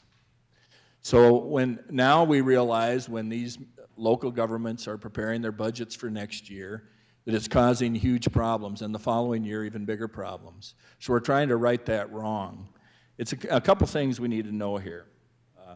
First of all, opt-outs increase property taxes, period. It adds a mill levy. So opt-outs increase property taxes. This bill is not about opt-outs. It's not about assessed values. It's about increasing your revenue stream so that you can afford to provide the services that the public wants. Can you imagine picking up a phone and calling 911 and nobody answers because you're too thin on your budget and you don't have the revenue to support that? Or the sheriff doesn't arrive, or the ambulance doesn't arrive for hours because you're now restrained on those public services? That's really important to consider. A couple other items. Local governments can choose whether to take growth or not. They don't have to take the growth. That's up to the local government. So we always talk about local control. Most of this body was elected on local control platforms last election. They can decide whether to take the cap or not. That's their decision. You know, growth is going to happen. There's no way to avoid it. So let's let growth pay for growth. Let's not reduce services to all by capping growth beyond what is reasonable. I ask for your support on this bill. Thank you. Seeing no further remarks, the question before the Senate is final passage of Senate Bill 97. Because this bill allows a potential increase in tax levies, according to Article 9, Section 13 of the Constitution, this requires a 2/3 majority vote. When your name is called, those in favor vote aye, those opposed nay. The Secretary will call the roll. Senators Beal, excused. Blanc? No. Carly? No. Crabtree? Aye. Davis? Aye. Dybert? Aye. Duhamel? Aye. Foster? No. Grove? Hone? No. Howard? Hulse? Jensen? Carr? Colbeck? Lapke? Larson? Marty? Melhoff? Miskimmons? Nelson? Otten? Perry? Peterson? Pischke? Reed? Roll? Souter? Shanefish? Smith? Vilhauer? Voigt? Voida? Whip? Zickman? Grove?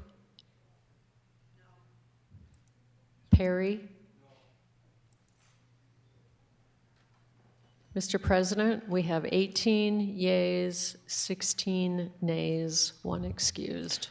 So Senate Bill 97 having failed to receive an affirmative vote of a 2/3 majority of the members elect, the President declares the bill lost. Are there any, right?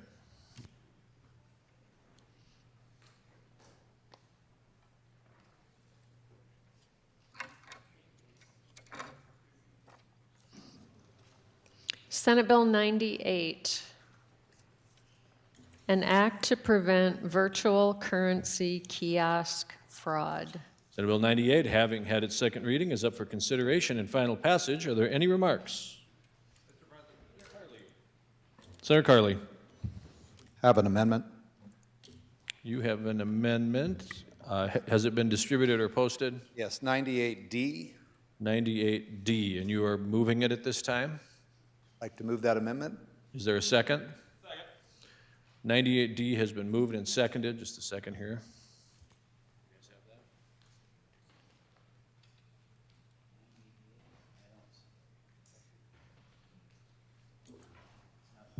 Does not appear to be posted on the online system. 98E. Delta? D is in Delta? Delta. It was to the introduced bill, it's to the non-version. Do you have it? I do, but it's to, and this is Senate comments, it's not the right version. We'll be at ease a moment.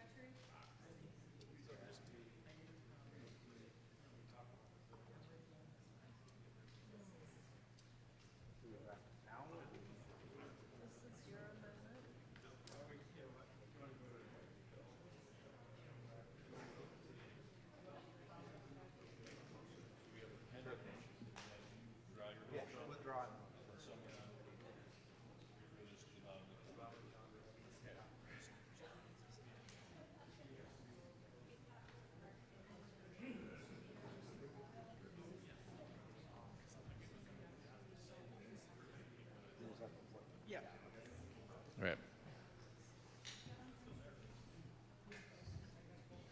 All right, we'll come back to order. Senator Carley, are you withdrawing your amendment for the time Yes, being? Mr. President, I'd like to withdraw that motion. All right, Senator Carr. I would move Senate Bill 98 to the end of the calendar. I have a motion to defer the 98 to the bottom of the calendar and a second. That's a voice vote. All in favor say aye. Aye. Opposed, nay. No. That carries. Close.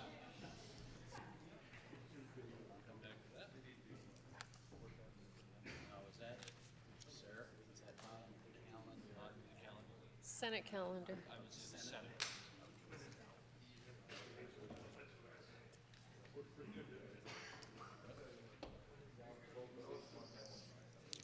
Senate Bill 111, an act to require that social media companies provide collected personal data of a user at the user's request and maintain transparent interoperability interfaces.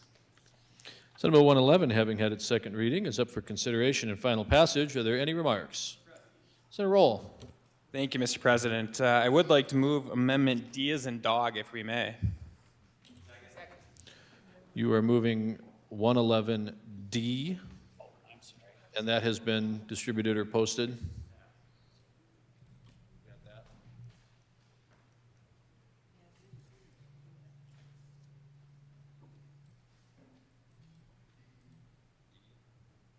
All right, and you'd like to speak to it at this time? Thank you, Mr. President. This amendment is just tightening up the actual definition of a social media company at the request of the opponents. All right, further remarks on the motion to amend? Seeing none, this is a voice vote. Those in favor say aye. Aye. Opposed, nay. That carries. We are back now on the bill, Senate Bill 111, as amended. Senator Roll. Thank you, Mr. President. Senate Bill 111 is starting the conversation on who owns a person's digital information and who should be allowed to access it.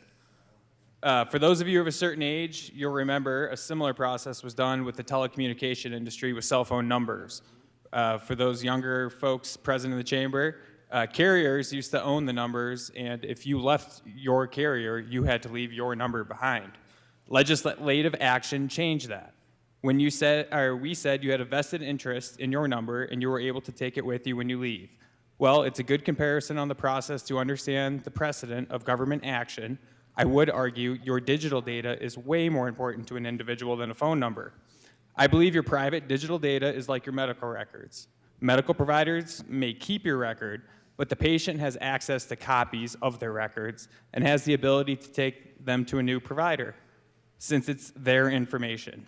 Senate Bill 111, as amended, provides greater user transparency, better user control, and supports the consumer's right to explore the marketplace without fear of losing their own personal data. I would ask you to please support Senate Bill 111. Thank you. Thank you. Further remarks on Senate Bill 111? Further remarks? Seeing no further remarks, the question before the Senate is final passage of Senate Bill 111. When your name is called, those in favor vote aye, those opposed nay. The Secretary will call the roll. Senators Beal, excused, Blanc, Carly, Crabtree, Davis, Dibert, Duhamel, Foster, Grove, Hone, Howard, Hulse, Jensen, Carr, Kolbeck, Lapke, Larson, Marty, Melhoff, Miskimmons, Nelson, Otten, Perry, Peterson, Pischke, Reed, Roll, Souter, Shanefish, Smith, Billhauer, Voigt, Voida, Whip, Sickman, Carr. Mr. President, we have 34 yeas with 1 excused. So Senate Bill 111, having received an affirmative vote of a majority of the members elect, the President declares the bill passed. Are there any questions on the title? Seeing none, it's deemed correct.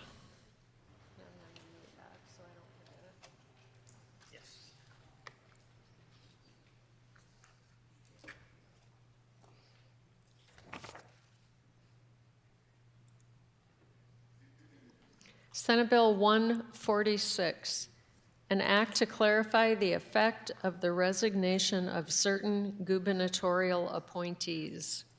Senate Bill 146, having had its second reading, is up for consideration and final passage. Are there any remarks? Senator Pischke.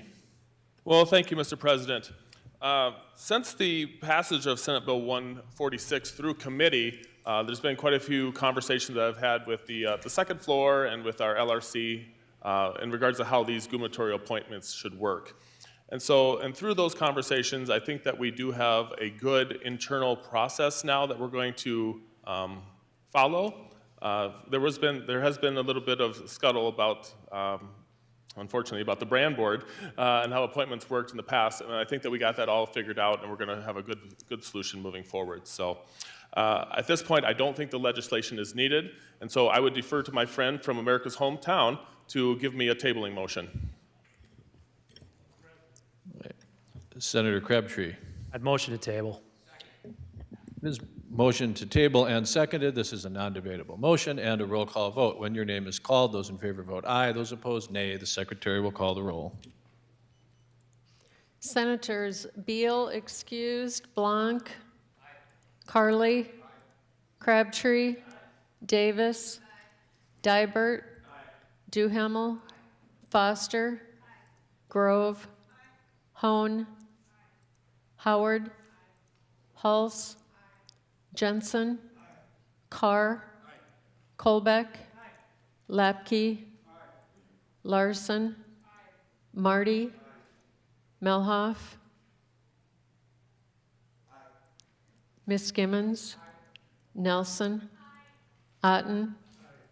Perry. Peterson. Pischke. Reed. Roll. Souter. Shanefish. Smith. Billhauer. Voigt. Voida. Whip. Zickman. Mr. President, we have 34 yeas, 1 excused. So that motion having received an affirmative vote of the majority of the members elect, the president declares the tabling motion carried.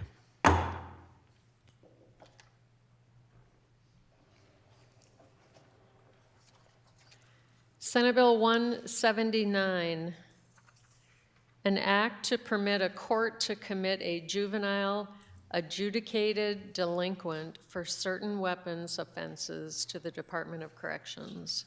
Senate Bill 179, having had its second reading, is up for consideration and final passage. Are there any remarks? Senator Hone. Thank you, Mr. President.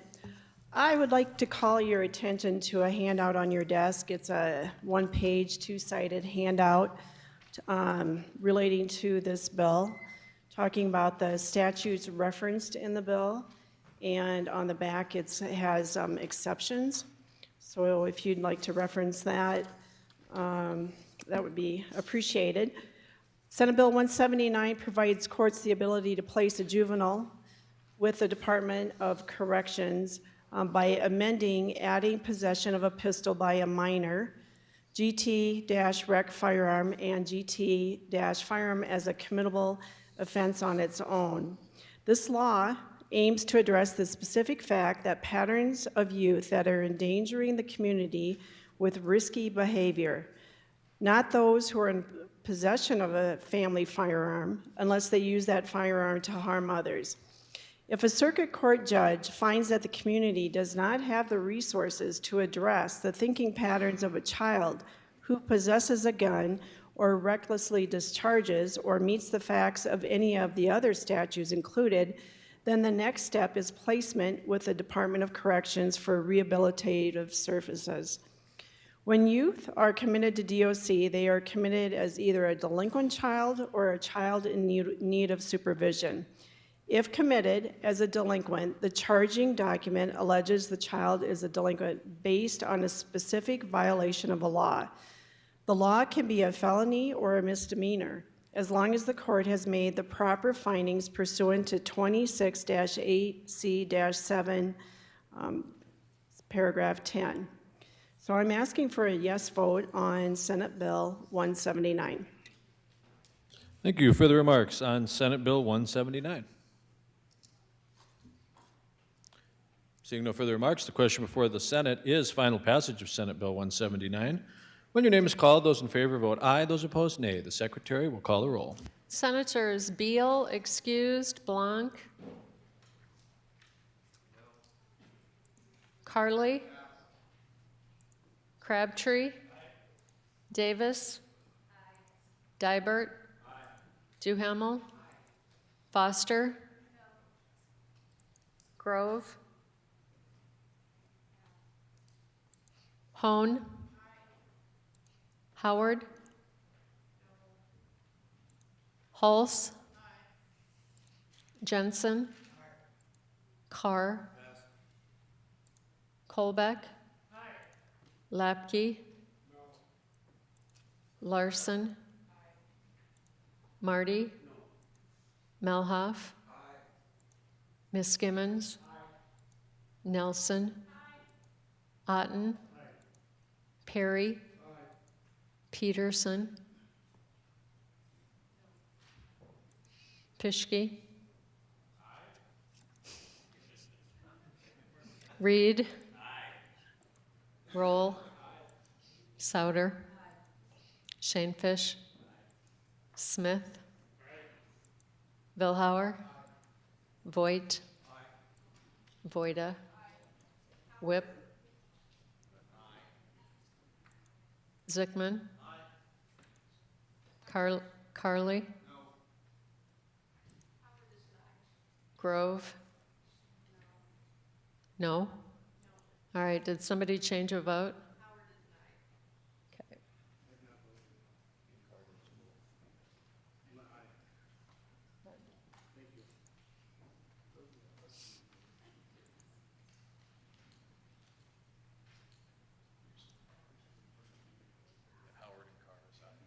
Yeah. I just have to put my glasses on, sorry.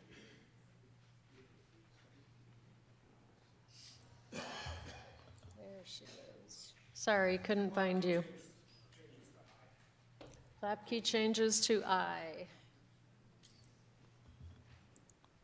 So those of you keeping score at home, Senator Carr voted aye, Senator Howard changed to aye, Senator Lapke changed to aye. Yes.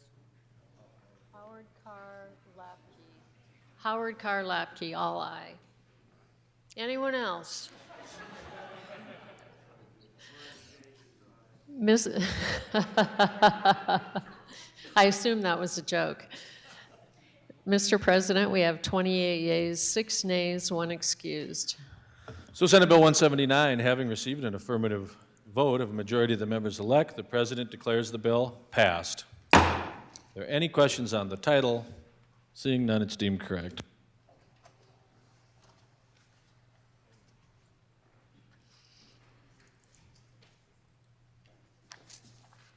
Senate Bill 183, an act to modify requirements for public notice of a hearing prior to vote to impose an excess tax levy. Senate Bill 183, having had its second reading, is up for consideration and final passage. Are there any remarks? Mr. President. Sarah Hulse. Thank you, Mr. President. This bill is about taxpayer notice and transparency. It doesn't raise taxes and it doesn't change levy authority. It just simply ensures that property owners get clear, timely information and a chance to weigh in before an excess levy vote or an opt-out. The bill requires a 21 days notice before a vote on an excess tax levy. The notice must be posted in a website or on their website or on the newspaper and sent directly to all property tax owners by mail or electronic means, and requires a public hearing and an opportunity for a taxpayer to comment before the vote, which already does happen, but basically this allows taxpayers to get in the notice what the max excess amount that is being considered, the amount allowed without an excess levy, the date, time, location of the hearing and vote, the estimated impact of the levy per $100,000 worth of taxable value, and the intended use of the additional revenue. It matters because we all hear about voter apathy all the time, and this would be a direct fix to that. If the government wants to go above their limits in statute, taxpayers deserve notice, the numbers, the purpose, and a real chance to be heard before the vote is taken. Thank you. Thank you. Further remarks on Senate Bill 183? Seeing no further remarks, the question before the Senate is final passage of Senate Bill 183. When your name is called, those in favor vote aye, those opposed nay. The Secretary will call the roll. Senators Beal, excused, Blanc, Carly, Crabtree, Davis, Dibert,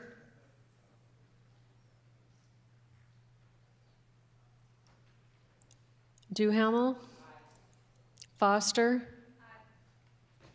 Grove, Hone, Howard, Hulse, Jensen, Carr, Kolbeck, Lapke, Larson, Marty, Melhoff, Miskimmons, Nelson, Otten, Perry, Peterson, Pischke, Reed, Roll, Souter, Shanefish, Smith, Vilhauer, Voigt, Voida, Whip, Zickman, Dibert. Mr. President, we have 34 yeas, 1 excused. So Senate Bill 183, having received an affirmative vote of a majority of the members elect, the President declares the bill passed. Are there any questions on the title? Seeing none, it's deemed correct.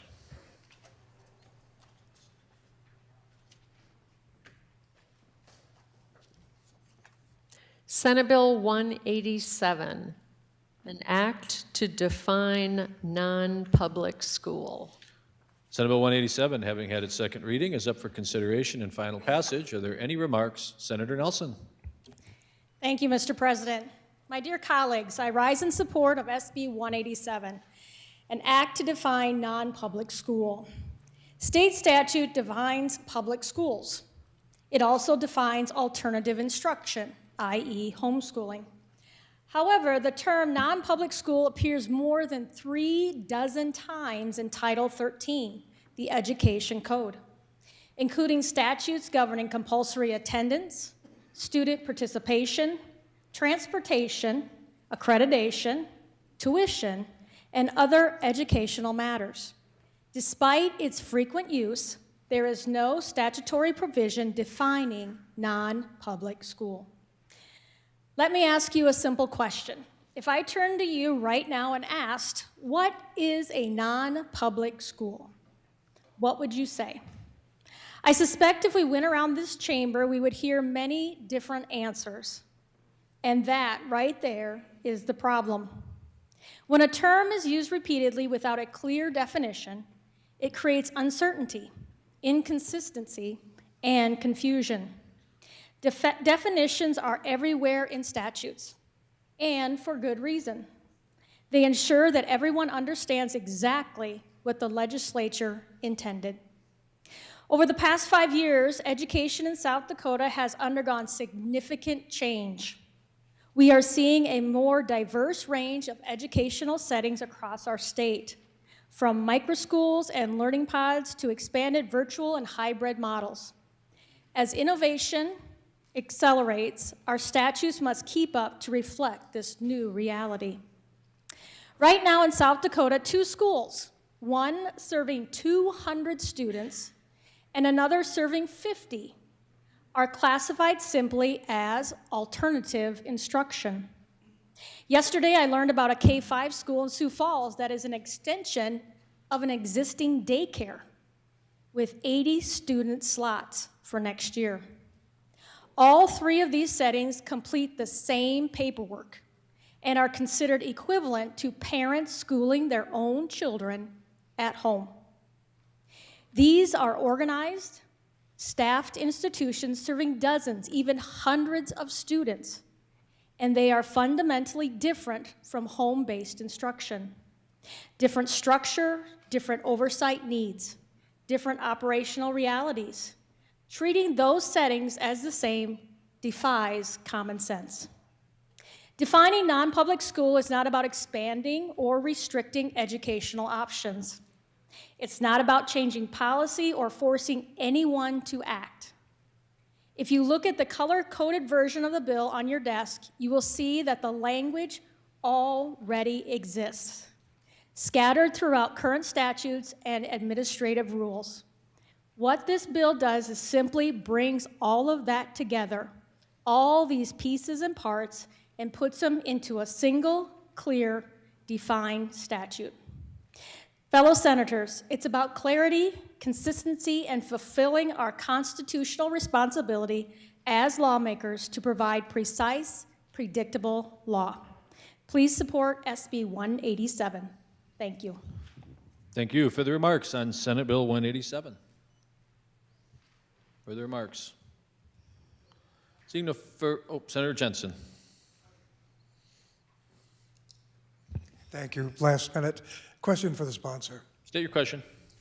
If a non-public school accepts state money, could they be considered, or would it be considered that they would have to operate under state standards? Senator Nelson, do you wish to respond?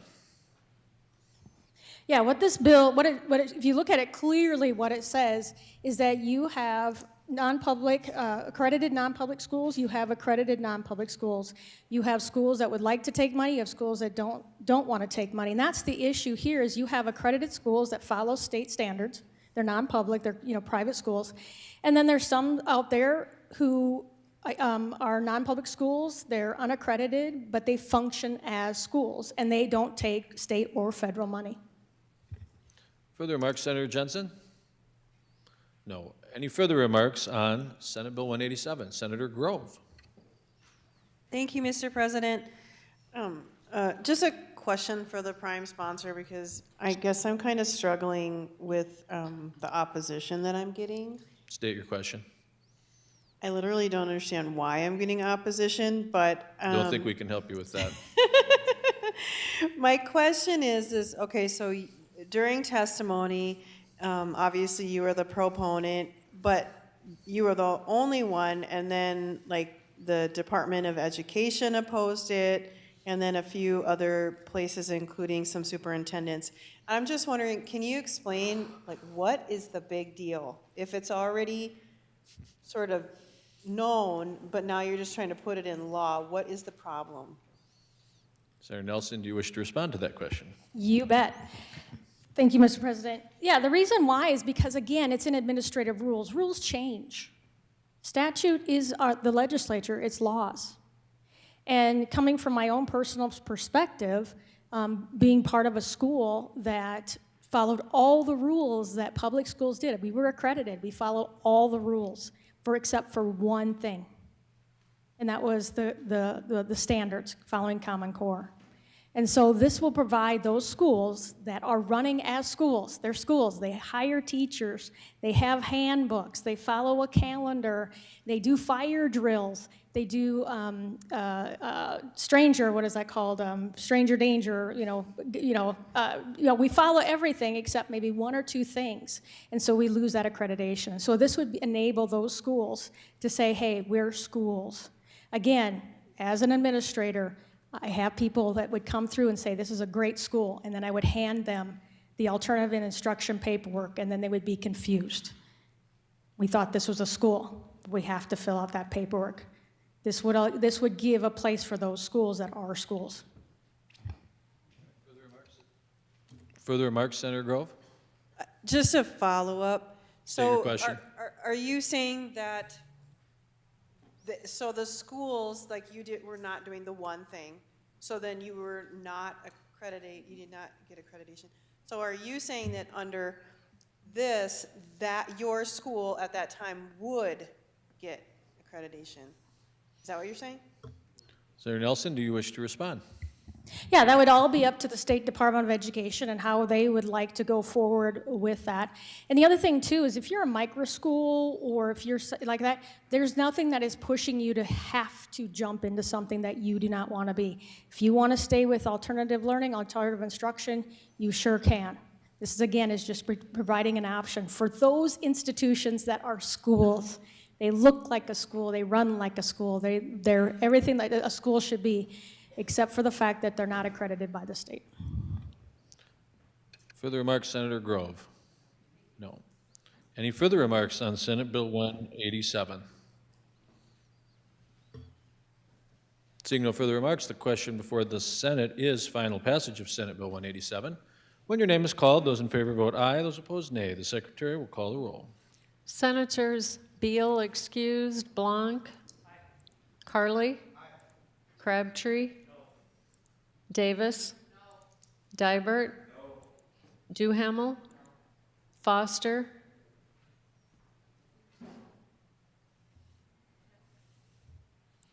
Grove, Hone, Howard, Hulse, Jensen, Carr, Kolbeck, Lapke, Larson, Marty, Melhoff, Miskimmons, Nelson, Otten, Perry, Peterson, Pischke, Reed, Roll, Souter, Shanefish, Smith, Vilhauer, Voigt, Voida, Whip, Zickman, Grove.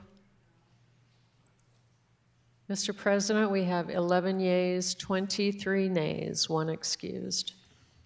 So Senate Bill 187, having failed to receive an affirmative vote of a majority of the members elect, the President declares the bill lost.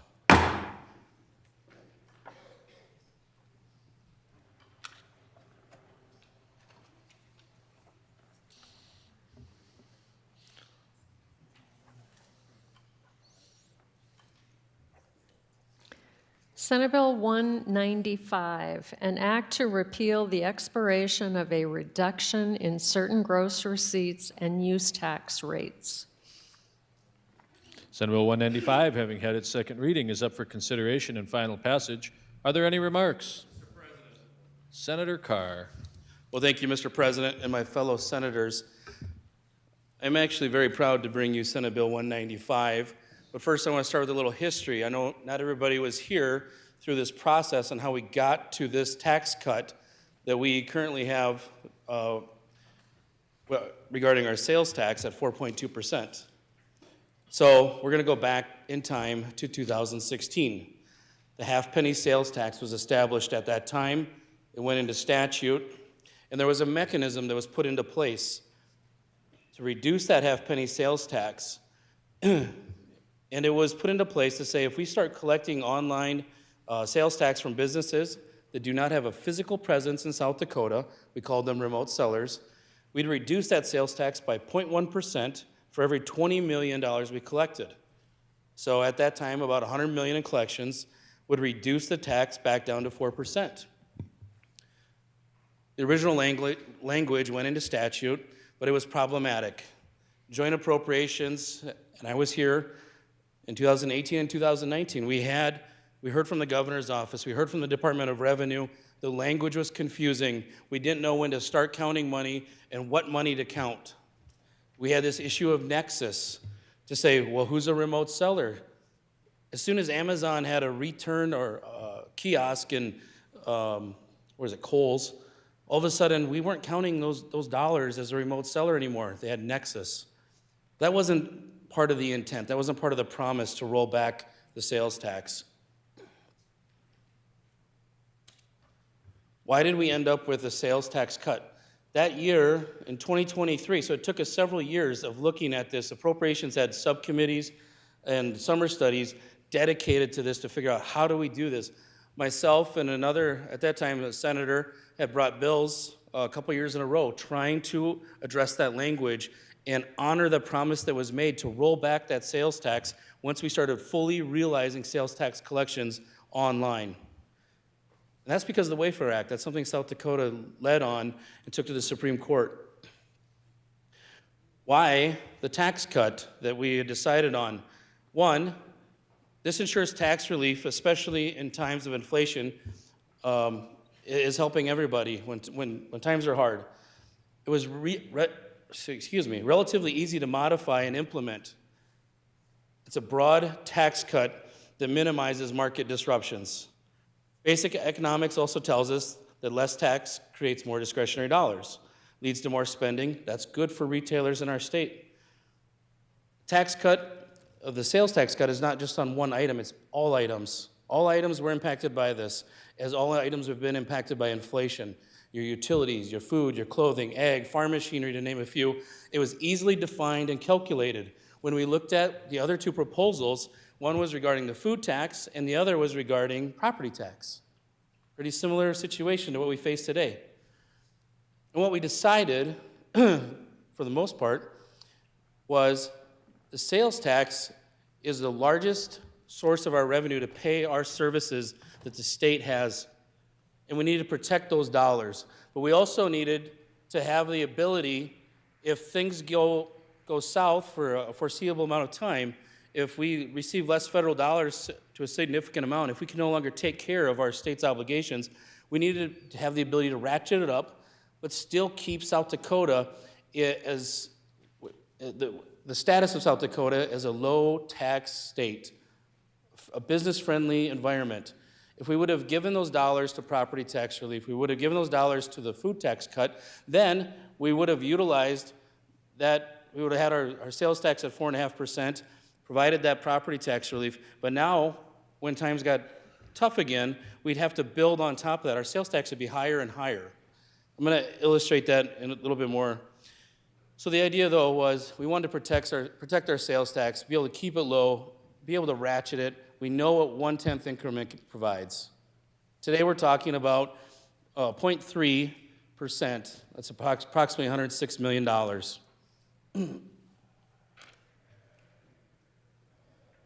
This bill lives up to the promise that was made to the people in making that sales tax cut permanent. It's a responsible and meaningful tax relief. I know some folks have said it's pretty small. We've had it 3 years.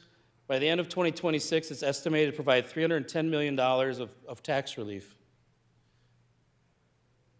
It's a different amount for each household, depends on how much you spend, but it's for everybody on all goods. So we're not talking about a new tax cut. We're not talking about changing the rate. We're talking about preventing an automatic tax increase from happening without another vote of this body. Stability matters in South Dakota. Stable, low sales tax helps maintain revenues for the state. It gives families, business, and local governments certainty they need to plan ahead. Predictability, it's not a small thing, folks. When people are budgeting, expanding a business, signing leases, making long-term investments, they need to know what the tax environment looks like. Holding the rate steady benefits households directly. Maintaining the current rate allows South Dakotans to keep more of their money. This is going to help locally. It supports our small businesses. It helps our families buy the goods they need. So the big question on this, excuse me, can we meet our obligations? So let's talk about that. That's been a concern. That was a concern, throughout history as we've been talking about this whole thing. One, I would say we have been able to meet our obligations, but we've also had to live up to that promise that was made to the taxpayers in 2016. But I like numbers. As a former appropriator, I have some for you. I've provided a handout as well for you. Over the last 10 years, the average growth has been about 5.7%. When I remove the outlier years, we're looking at 4.3% roughly. Again, this reduction is approximately $106 to $111 million. Our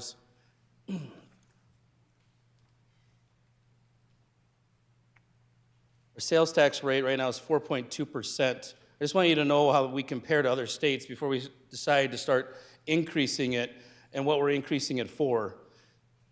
Wyoming, 4%, Nebraska, 5.5%. Oh, that was very kind of you. I feel obligated now. We all appreciate it. Okay. Iowa, 6%. North Dakota, 5%. Minneapolis, 6.8%, or Minnesota, 6.88%. Those are the state rates, folks. We have a good rate. It also helps us take care of our obligations.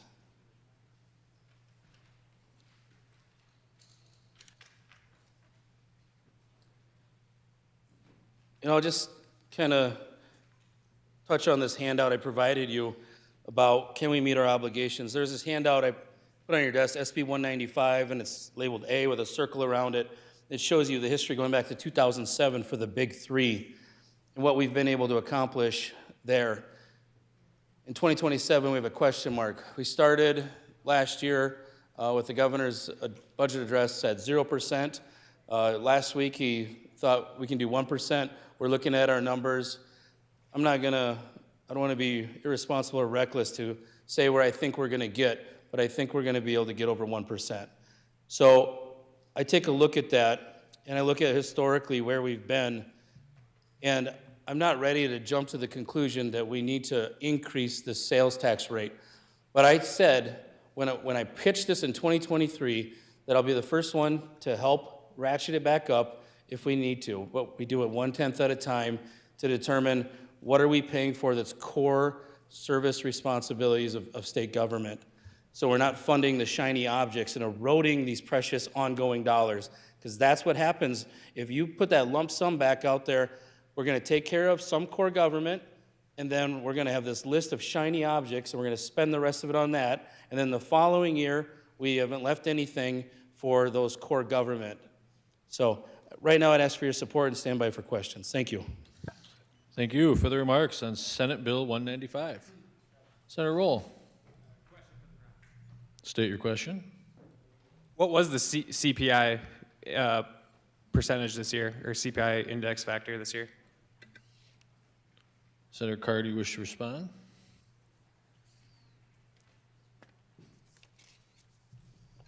Mr. President, I don't have that number. I don't want to throw out something that's not accurate. Further remarks, Senator Roll? Yes. Well, I guess I don't have that exact number, or I went to ask, but the last I saw, it was about 1.4, which is below the 1% that we currently have budgeted. So I guess if we're going to talk about promises made in 2016, we should be talking about the promise that they will be getting raises equal to CPI or greater than that, which none of us can do at the moment because we don't even know what it is. But if we're going to go back and talk about memory lane, I think we should also go back and talk about 2023, when the Senate as a body was advocating for property tax relief, something that we said was a significant need in South Dakota, and a vast majority of members in the other chamber felt like a sales tax reduction would help the citizens of South Dakota more. Now, it was often the argument of those individuals that this was the intention of the law, but if that was the intention of the law, as we said back then, it would have been stricken from the law, but it wasn't. And even the individual member whose vote was needed to get that original amendment passed supported repealing that provision. So when we're looking at the difference, that 0.3% is paid for by anyone, whether they're here shopping or whether they're a tourist here in our state. Giving this money for property tax relief is helping our citizens. Those are the people that actually own land here. So if we're gonna talk about promises kept to the promises made to the voters, we need to encompass all promises made to the voters. It's super easy to cut money. It's super easy to say that we're in a great spot and we can figure it out in the future. It's a lot harder to pay your bills and do what you said you're going to do. I personally have always taken the stance that I believe you should do what you say you're going to do. We made this deal in 2023 with a sunset clause for 2027. That means we have an entire session. And luckily, we were smart enough to do that because we had longtime senators that understood the process, that were here when we had to make significant cuts in the around 2010. You know, I think back to great legislators like the former legislator from Isabel, who warned us that this exact thing was going to happen, that we would see a decrease. And the entire time, the House told us it wouldn't happen, we're going to keep growing at that same rate. That's obviously not true. And if it is true, why are we not giving raises that's equal with CPI? We're saying we can maybe get to 1%. CPI is above 1%. So I would urge the body to resist this bill because it takes a lot more courage to pay your bills than it does to tell the citizens that you're looking out for them and you're fighting for them when we're really just passing the buck back to property taxes, just passing the buck back to locals to opt out, passing the buck back because we refuse to fund things because that would mean that we would actually have to take responsibility. That's what we're in these seats to do, is to actually take responsibility, actually pay our bills, and not pass the buck to the local leaders. Thank you. Further remarks on Senate Bill 195? Senator Miskimins. Thank you, Mr. President. Before I came here, I often heard that the House was a rock concert and the Senate was a symphony. As I look around the room, a lot of you that are in this room in the Senate now served with me in the House of Representatives, and unfortunately, I think we brought a lot of our old habits over to this side of the body. So, and I see some cheering for some of those habits coming over here. I believe that this sunset clause was a negotiation with the Senate. And I think they used good judgment at that time, placing the sunset clause, because we were in a time when we had the COVID dollars, the economy was booming. But we all know that, but the economy is cyclic. It goes up and down, and with that, doing a permanent reduction, I don't believe is good judgment. The last 2 years have shown us that with this 0.3 of a reduction, we struggle to pay the big three. We struggle to pay M&R for our state buildings. We have an impending crisis in the Medicaid providers in this state. A couple weeks ago, we had the privilege to go in as appropriators with our state's Economic Advisory Board. First time that the entire Appropriations Committee got to go in there. What a privilege. They were really optimistic about this coming year, 27. But they were very cautious about 28 and 29. And they had great concerns about where the economy might head. There's no certainty, it's predictions. But these are the guys and the people that study this economy full time. So I really appreciate that when we can lower taxes, it makes all of us look good, and it makes the people of South Dakota feel better about what we do up here. But I don't think this is that time. I think this is a time for vision, courage, and discipline to do the right thing for the health of our state. Please join me in voting no on this bill. Thank you. Thank you. For the remarks on Senate Bill 195, Senator Voida. Thank you, Mr. President. Well, you know, I just want to point out that this body meets every single year, right? So just from what I have learned in the past couple of years,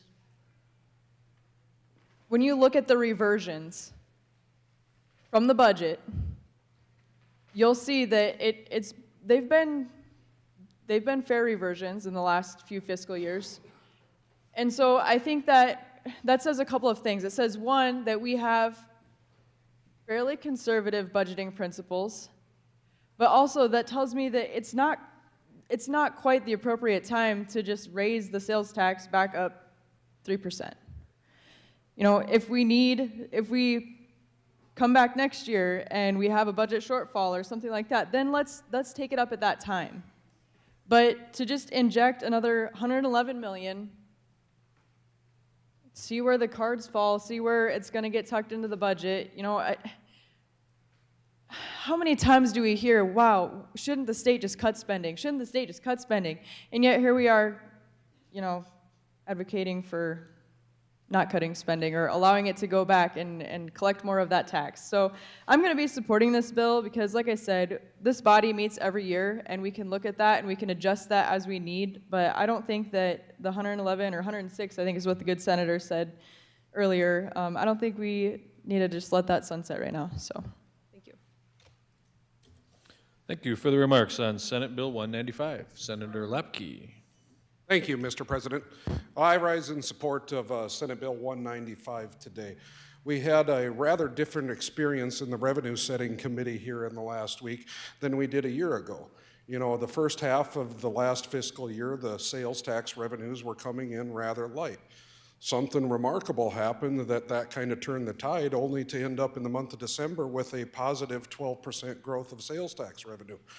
Would we have achieved that same number if we would have had a higher sales tax revenue? So I think that we went through kind of a bottoming in the economic cycle currently, and I don't want to see that continued growth stagnated by a higher tax rate.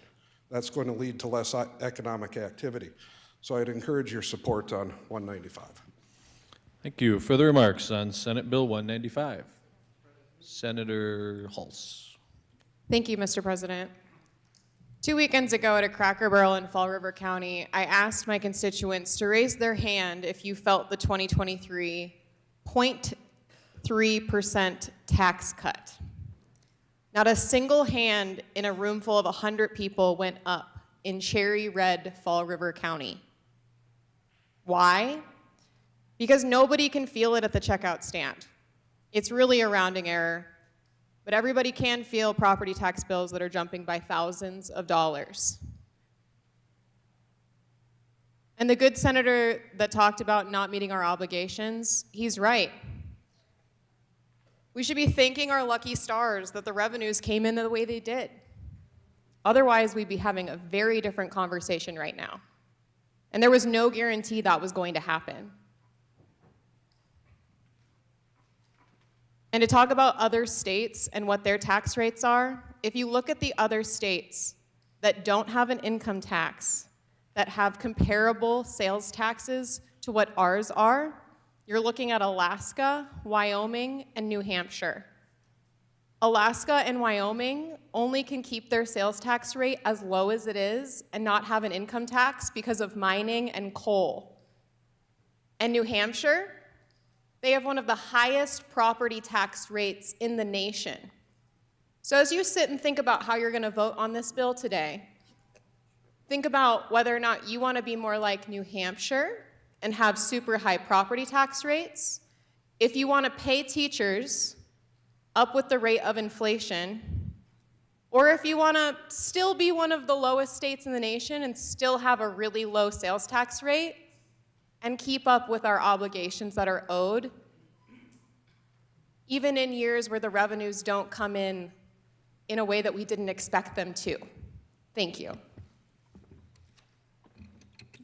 Thank you. Further remarks on Senate Bill 195, Senator Vilhar. Thank you, Mr. President. You've heard from a past appropriator. You've heard from our three of our current appropriators. Well, I'm also an appropriator. What the good Senator from Mitchell said a few minutes ago about listening to the Governor's Council of Economic Advisors really struck home with me. Almost to a person, and that's including someone from our own BFM, said that, yeah, this next year and a half doesn't look bad, but beyond that, they're very cautious. So to me, that says I'm not ready to walk away from the revenue that we could potentially raise. We've got another year to make up our mind on this. Why rush into it now and potentially, cut ourselves, problems next year when it comes to budget setting? We'll get through this year fine, but I'm not looking forward to next year yet, especially if we walk away from this kind of revenue. Thank you. Thank you. Further remarks on Senate Bill 195. Further remarks, Senator Perry. Thank you, Mr. President. It was good to hear from Minor, Gerald, Brown, Roberts, Marshall, Day, and then the other side from Aurora, Charles Mix, Douglas, Gregory, Tripp, Brown, Campbell, Edmonds, and et cetera. But I just want to give some information that I think is important. South Dakota is a very positive state. People know us for our tourism. They know us for our agriculture. They also know us for our low taxes. Those are things that they know us for. All right? We originally put this together with the idea of we're going to keep it at 4.2%. We negotiated a settlement to do a sunset, and this would reduce the uncertainty, and it would drop the sunset, and basically schools, families, organizations, they can make future confident decisions based upon facts. The facts are 4.2, not what it might be, not what it could be, but it affirms legislative success, and it also benefits our citizens. So if I benefit our citizens, I think it's a plus. So I'm going to vote yes on SB 195, and I'm very comfortable that the senator from Minnehaha has poured his heart and soul into this, and it's a great project. Thank you. Further remarks on Senate Bill 195. Senator Dibert. Thank you, Mr. President. I rise in opposition to this bill. I look around the room and I count 13 senators that remain from the time this was put in place. At that time, we had a lot of people that didn't run that had a lot of long-term opportunities in appropriations. And I sat with a bunch of them and understood how important that this sunset is. I agree with the senator from District 30. In my district, I say, how many people are against sales tax? And how many people are against property tax? And it's always property tax discussions, not sales tax. In my district, now Deadwood surpasses Mount Rushmore on visits. What does that mean? That we have huge sales tax coming into our district. That revenue in sales tax we can use to offset property taxes if we do it correctly. As we move forward, and I look at the senator from District 21 saying we have a session next year, and we have a session every year, I agree. So what's the rush? We've heard all session that we were concerned about revenue. Now we get one good report and we're fine with that for the next few years? I don't think so. We had caution when we put this sunset on. We left it at 2027 for a reason. We can get together next year as a legislative body, see where we're at, and make that decision during that session. We don't need to make it this year. This is about doing the right things for South Dakota, not about a legacy. So let's do right for the citizens of South Dakota, and let's wait a year to make this decision. Thank you. Thank you. Further remarks on Senate Bill 195, Senator Melhoff. Thank you, Mr. President. I really want to commend the senator from Minnehaha for bringing this bill, which I find when I'm about to speak, when somebody speaks against my bills, they commend my socks off for bringing it. But I rise in opposition to this bill, and for a couple of reasons. Number one, we put this sunset on it when we were living in high times. We were awash in money, but there was a lot of concern.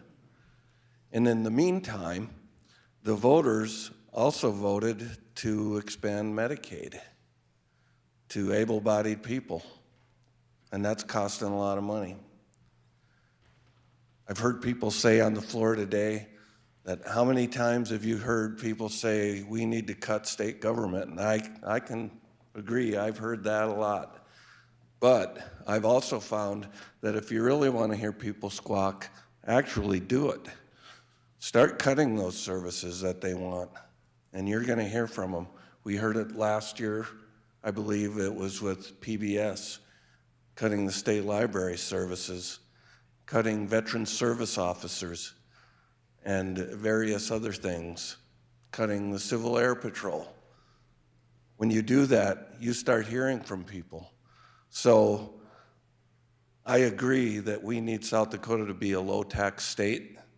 We also need a minimum amount of income to provide the services that our citizens demand, and they demand them, and I'm going to oppose this bill because I want to be able to provide those services that they want in a very efficient manner, and I want to be able to support education and our state employees and our community support providers in a meaningful way that doesn't leave them constantly eroding, having their buying power eroded year after year after year.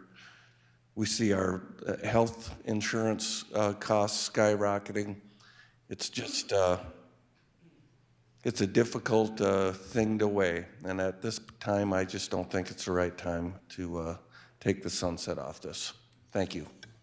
Thank you. Further remarks on Senate Bill 195, Senator Peterson. Thank you, Mr. President. Well, at the time that we approved this sunset clause, it was a compromise, and I did not favor it at the time because I viewed it as an automatic tax increase, and that's how I still view it. This is an automatic tax increase without the consent of the voters. If you polled the voters, I would 100% say there's, well, maybe not 100, but there are very few people who would say, yes, I want a tax increase, whether it's property tax or sales tax or whatever kind of tax we're talking about. People are looking for tax relief, and I think it's important to give them that relief in whatever manner we can. So I am going to vote for the repeal of this sunset clause because I want to vote for a tax cut, not a tax increase. Thank you. Further remarks on Senate Bill 195, Senator Crabtree. Mr. President, well, fellow senators, we just heard something about polling and where people would be at if there was polling on this. Turns out I've seen polling on this, and so I know where folks are at on this. And I'll just talk to you a little bit about the history of this overall. Okay, in 2023, the arguments we heard on the floor were much like they were today.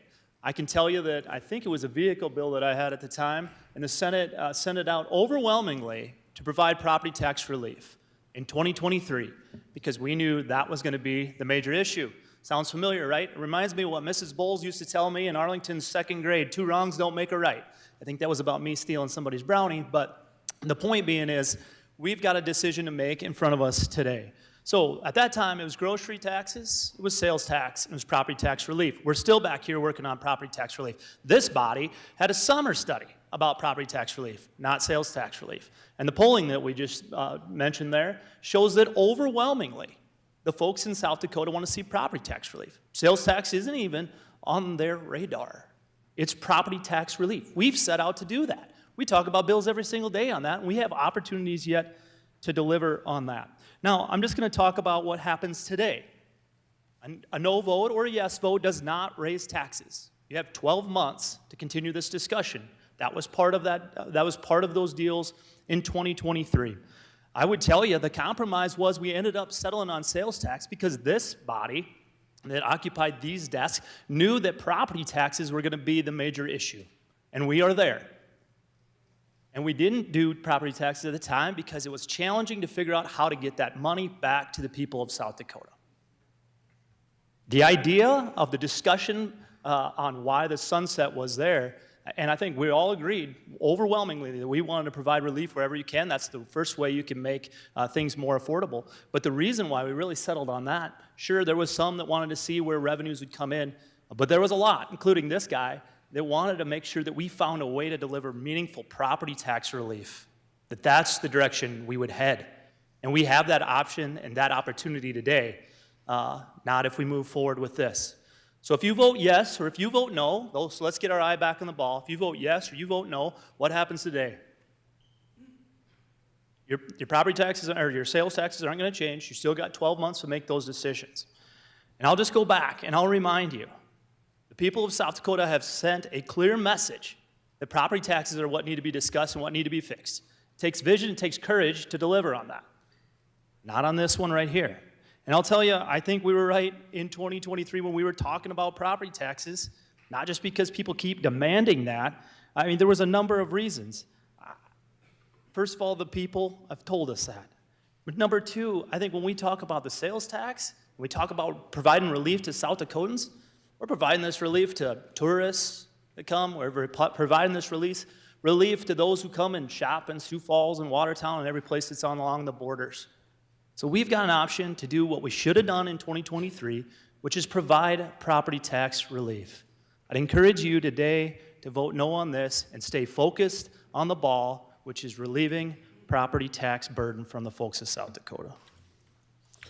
Thank you. Further remarks on Senate Bill 195. Senator Kolbeck. Just very quickly, I was here in 2023 and we did the sunset. I agreed with it then. I agree with the sunset now. It has more to do with how many votes it takes. It takes 50% to take this off. If we make a mistake today, it takes 2/3 to put it right. That's what it's really about for me. We can do this, we can do no action, and we do no harm. But the harm that we do, and we don't know what's going to happen with revenues in 2027, it's going to take a heavier lift to get it back there. So that's why I hope that you vote no on this. Thank you. Further remarks on Senate Bill 195. Further remarks? Senator, anybody? Senator Carr in closing. Well, thank you, Mr. President, and thanks for the discussion. I want to talk a little bit about some of the things we heard and then get into some of the numbers again. There's no rush to do this. We have 12 months to do this. We have plenty of time to look at this and wait and see if the sky is going to fall or not, which I've heard that every single year I've been here, that we've been trying to address this. But the folks that just got up and spoke against this and said there's plenty of time and there's no rush to do this are the same folks, that told us that their biggest concern is the big three. Let's provide those services. Let's provide those services. We care so much about education, and we care so much about our state employees and our providers. We care so much about them that we can't do this. We got to keep this money in play. But then earlier just today, they supported a bill that uses those same dollars and takes those dollars away from those services for property tax relief. That's fine. I understand everybody wants property tax relief. Everybody would like that. That sounds great. But what I also learned in appropriations, it's not just what you're paying for, it's how you pay for it. Taking sales tax from everybody that pays in on their food, their clothing, and all those other areas, and then using it for your house, your owner-occupied house. Is that right? Do the ends justify the means? We're going to take everybody else's money, that's paid into sales tax, and I'm going to use it for my owner-occupied house. That's reminiscent of a feudal system, folks. That's medieval Europe. Is that who we are? That's how we're going to fund property tax relief. So reconcile that, and next Tuesday, we'll have a really interesting discussion about who really cares about these services that we provide and or utilizing these dollars. If you have real concerns about being able to pay our bills, then vote no. But if you are going to hide behind that so that you can vote to spend these dollars in just a handful of days on something else, reconcile that.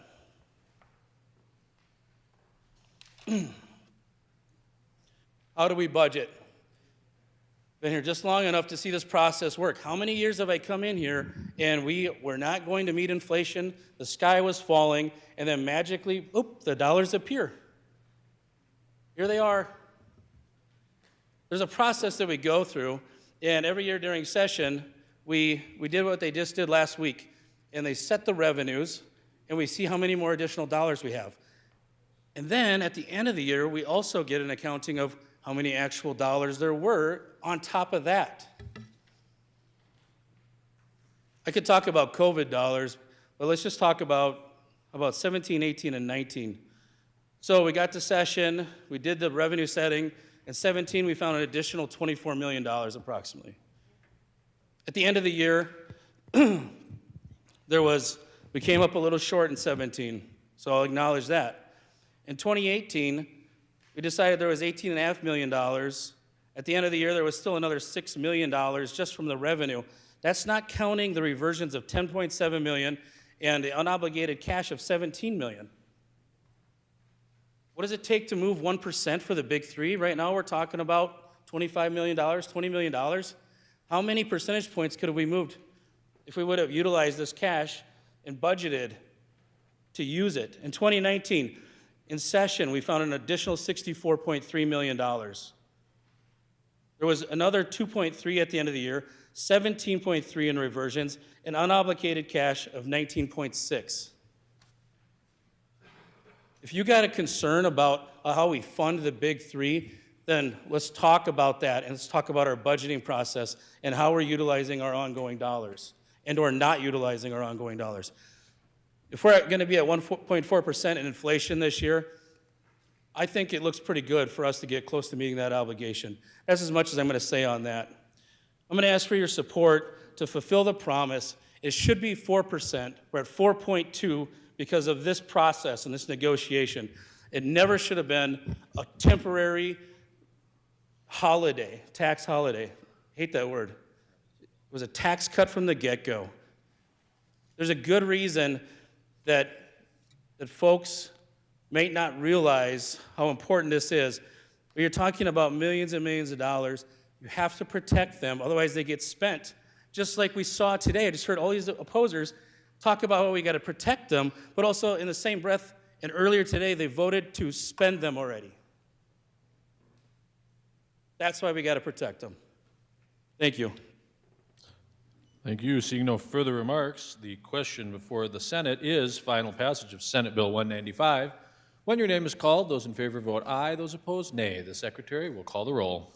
Senators Beal, excused, Blanc, Carly, Crabtree, Davis, Dibert, Duhamel, Foster, Grove, Hone, Howard, Hulse, Jensen, Carr, Kolbeck,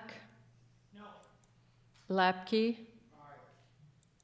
Larson, Marty, Melhoff, Miskimmons, Nelson, Otten, Perry, Peterson, Pischke, Reed, Roll, Souter, Shanefish, Smith, Billhauer, Voigt, Voida, Whip, Zickman,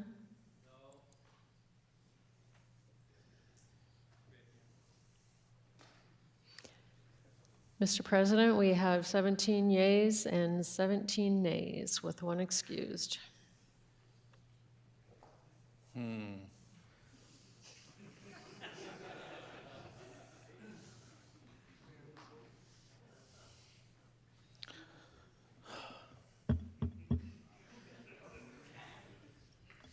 Senate Bill 195 having failed to receive an affirmative vote of a majority of the members elect, the President declares the bill lost. Notice of intent to reconsider has been noted.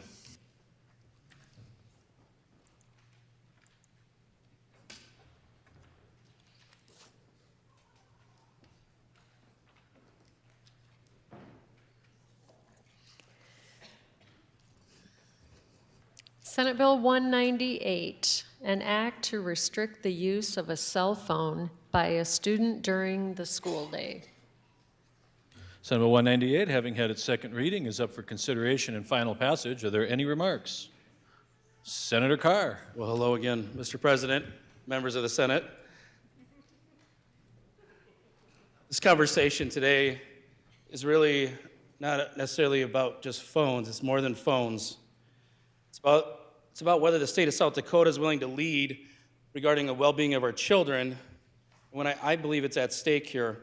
I respect the concerns about local control. In this state, we take that principle very seriously. Our school boards are engaged, they're thoughtful, they're committed. But there are moments when an issue rises beyond district lines. When it touches every community, every classroom, and every family, and when that happens, it becomes more of a matter for statewide responsibility. The mental health and academic well-being of our children is one of those moments. We know what's happened over the last decade. The academic performance has declined. The behavioral disruptions have increased. Anxiety and emotional challenges amongst the young people have risen sharply. At the same time, nearly every teenager now carries a smartphone, a device designed to demand attention constantly. Even when silenced, we know, we have research, and it's clear that the mere presence of a phone reduces the cognitive capacity and attention span. This, FYI, applies to adults too, just so you know. Okay. When schools implement clear bell-to-bell policies, they report stronger focus, improved classroom climate, and fewer discipline issues. Some districts in South Dakota are already trying to address this, and I commend them. We have, I believe, about 30% of our school districts have a bell-to-bell policy. Way to go. But what we have today is uneven. In some schools, the rules are firm, in others, they're flexible. In some classrooms, teachers enforce restrictions, and others, they're left to manage alone. That inconsistency is frustrating for educators, confusing for families, does not provide the best learning environment for our children. This bill does not diminish that local leadership. It provides clarity. It establishes a consistent expectation throughout the school day that our classrooms are dedicated to our youth and their learning and their well-being. I don't think this is really an education issue, though. I think this is a long-term health issue. I think someday we're going to look back and we're going to go, what were we thinking? Allowing these cell phones and our youth and the access to all the things that are on them in kind of this willy-nilly, no-holds-barred way. We're going to look back and we're going to really recognize what a major mental health issue this was. Hopefully we'll have made these changes. Well, I'd like to elevate that discussion further regarding, it's not just about education, it's about the health. In this chamber, we spend considerable time talking about rural health challenges, workforce shortages, behavioral health access, cost pressures, hospital sustainability. If we're serious about improving health and health outcomes in our communities, then we should be willing to act upstream on this issue and look at what's happening to our youth now.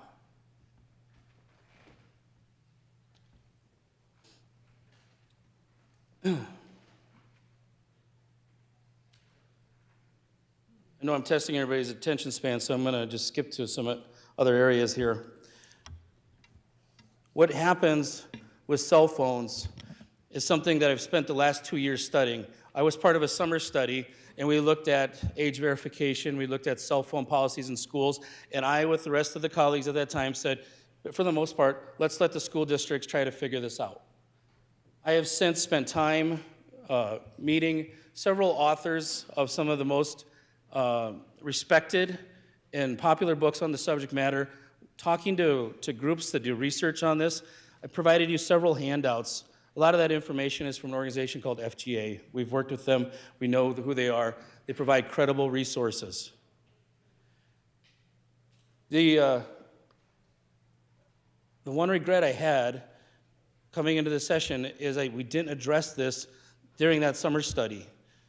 And I thought to myself, what are we doing to our youth? I watch my friends, young individuals in school. I look at my family, my nephews, etc., and the impact of these cell phones on them.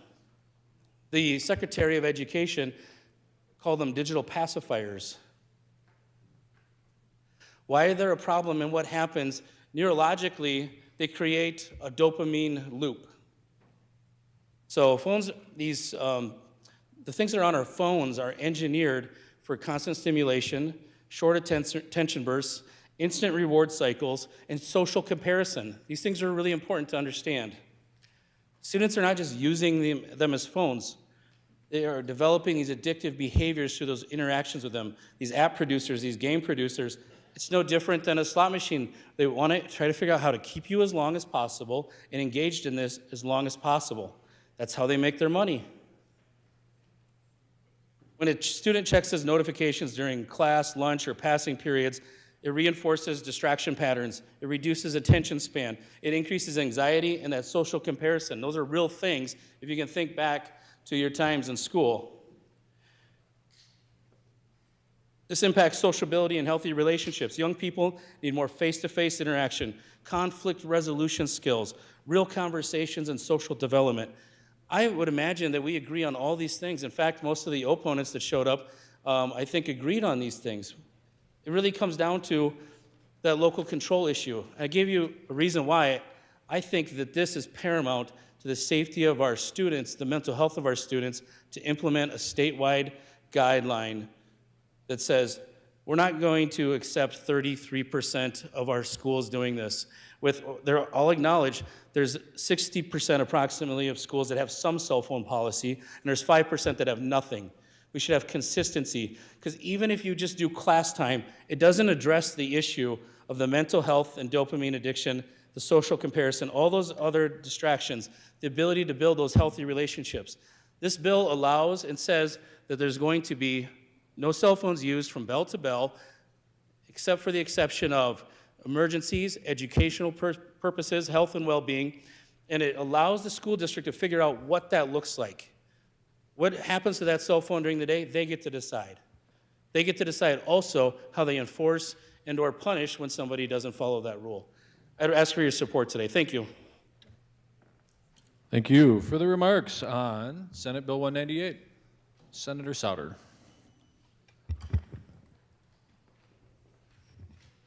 Thank you, Mr. President. I cannot disagree with the good senator's points on this for the most part. Yes, the cell phones are causing issues in our schools. They're causing issues across our whole society, and I agree with the adults as well. I'm not sure where you got his figures, but the figures that I heard in committee were that 95% of our schools have a policy in place. They put those policies in place without us telling them, you got to put a policy in place. I've been out of the classroom for a few years now, but when I was in there, cell phones were there as well. We handled it as well as we could at that time. We took the phones away, and when I came back after I retired from teaching to come back and sub, even stricter rules had been put in place. There were bags to put the cell phones in, and the kids did that. Several different classrooms, not just the same. You walk in, they hung them up, they knew what to do. That worked for the school that I was in. So schools aren't going to solve the problems with these phones, okay? Yes, we can take a bite out of it. If we can control them from bell to bell or whatever you want, whatever time you want to put in there, that's fine. But one of my educators said, you know what, the problems aren't really from 8 to 3, it's from 3 to 8, and we have no control over that time that they're out of school. But we can't dictate to parents either how much their children can or should be using their phones. That's not our business either. And so the sponsor said, this is not just about phones. And he's right. It's not just about phones. From my perspective, it's about our trust in local control. It's about the trust in our school boards. I wasn't elected to the school board. I've never ran for the school board, and God help me if I ever do run for the school board. I am not running for the school board. I don't want to do their job. I'm a legislator. I have other jobs to do. I don't need to tell the school board how to do it. I don't need to tell the superintendents what to do and how to do it. I'm not in their schools. I've talked to all my educators and superintendents in my district, and I have 11 to 13 if you count the ones that have kids from my district in their school. They all have working policies. I didn't have to tell them how to do it. They knew how to do it because they know their school. A bell-to-bell policy doesn't work for their larger schools or any schools that have an open lunch policy, that the kids can leave campus at noon. Who's going to follow them around? If it's bell-to-bell, you know what? It's between 8 and 3 or whatever the school day is. How are we going to know that when they drive down to the nearest convenience store to buy lunch for the day that they're not on their phone? I'm going to guess they're on their phone. But according to this policy, they can't be there even though they're off campus. So speaking with authors that are experts in this area, that's just fine. But you know what? I also talk to experts. I talk to the superintendents. I attended a superintendent meeting this summer, and I asked them straight out how many had policies, and every one of them raised their hand, and there were over 75. There were over 75 superintendents in that room. I trusted them. They had policies, and I didn't even have to tell them how to do it because they figured it out for themselves. Everything from big schools to small schools. Whatever rule works for Rapid City may or may not work for the little Dubrick school that was here this afternoon. Again, this is not a one-size-fits-all situation, and I don't think we should put that restriction on all these schools to make it, whatever works for this one works for the other one. That's not right. So please show your trust in our local school boards and vote no on this bill. Thank you. Thank you. Further remarks on Senate Bill 198? Senator Voigt. Thank you, Mr. President. It's a gray area out there that we haven't addressed. School districts openly say they all have policies. Do the policies work? That's the question. No, they don't work. They don't work. They don't work in the locker rooms. They don't work in the bathrooms. They don't work out in the parking lot. You're naive if you're concerned about the classroom. It is a mess out there, and there needs to be a way to stop that. One way is, say, physically you can't bring them on campus. Good luck. Increases your security issues, which are impossible. They can hide them in a multitude of ways. Drop them in a pack when they walk in the classroom and expecting you resolve the issue only encourages them to figure out a way to use it when they walk down that hallway to the next class. There are social activities that go on the campus, and some of them aren't good. And cell phones are a big contributor to that. We'll catch you out in the parking lot, that's somebody's car, after somebody has come on campus and dropped things off that shouldn't be there. Cell phone communication occurs off the campus with those students that are involved. There is a possibility of blacking out campuses. The entire campus, no cell phone coverage, blocked out. Forget about the game of playing physical catch you. doesn't work. Districts are telling you they have policies, but they aren't functional. Those kids have beat it, and they beat it every day. You're naive sitting here thinking that you solved the issue by saying they shouldn't be doing it. They are doing it. There is, and there are vehicles to block coverage. If that's what's necessary, we need to perhaps provide support and training and communication with outside resources that do that now. Things are pretty simple when you walk through the airlines and you got something on you that shouldn't be there. They can pick it off right away and they tell you what it is. There are ways to do that. Do we as a society have the courage to stop it? And we haven't at this point. The peer pressure at home is heavy duty.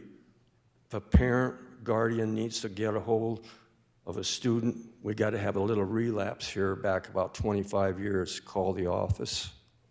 We'll get the student on the intercom and get him down here. We have been overcome by this, and we need to get a grip on it. Somebody's going to get hurt as a result of us being naive. Thank you. Thank you. Further remarks on Senate Bill 198, Senator Reed. Thank you, Mr. President. We have to stop letting parents off the hook. We also got to stop letting school boards off the hook. And that's what we're doing here.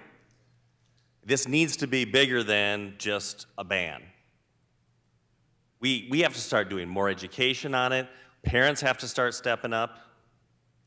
And the school districts need to figure out the best way to do this. And anytime you have, and it's been talked about here in this, with the previous speaker, well, kids are gonna get there anyway. They're gonna figure it out. And that's true. And they can get on social media on their laptops. I mean, we can't clamp everything down. So we have to rely on the school boards to figure out how best to accomplish this. We think, well, once we set a law here in the legislature, that's it. We're the righteous ones. This is what's going to do it. And it's not most of the time. These are issues we can't solve. These are issues that school boards and parents have to work together to figure out. So I'd ask that you resist this bill.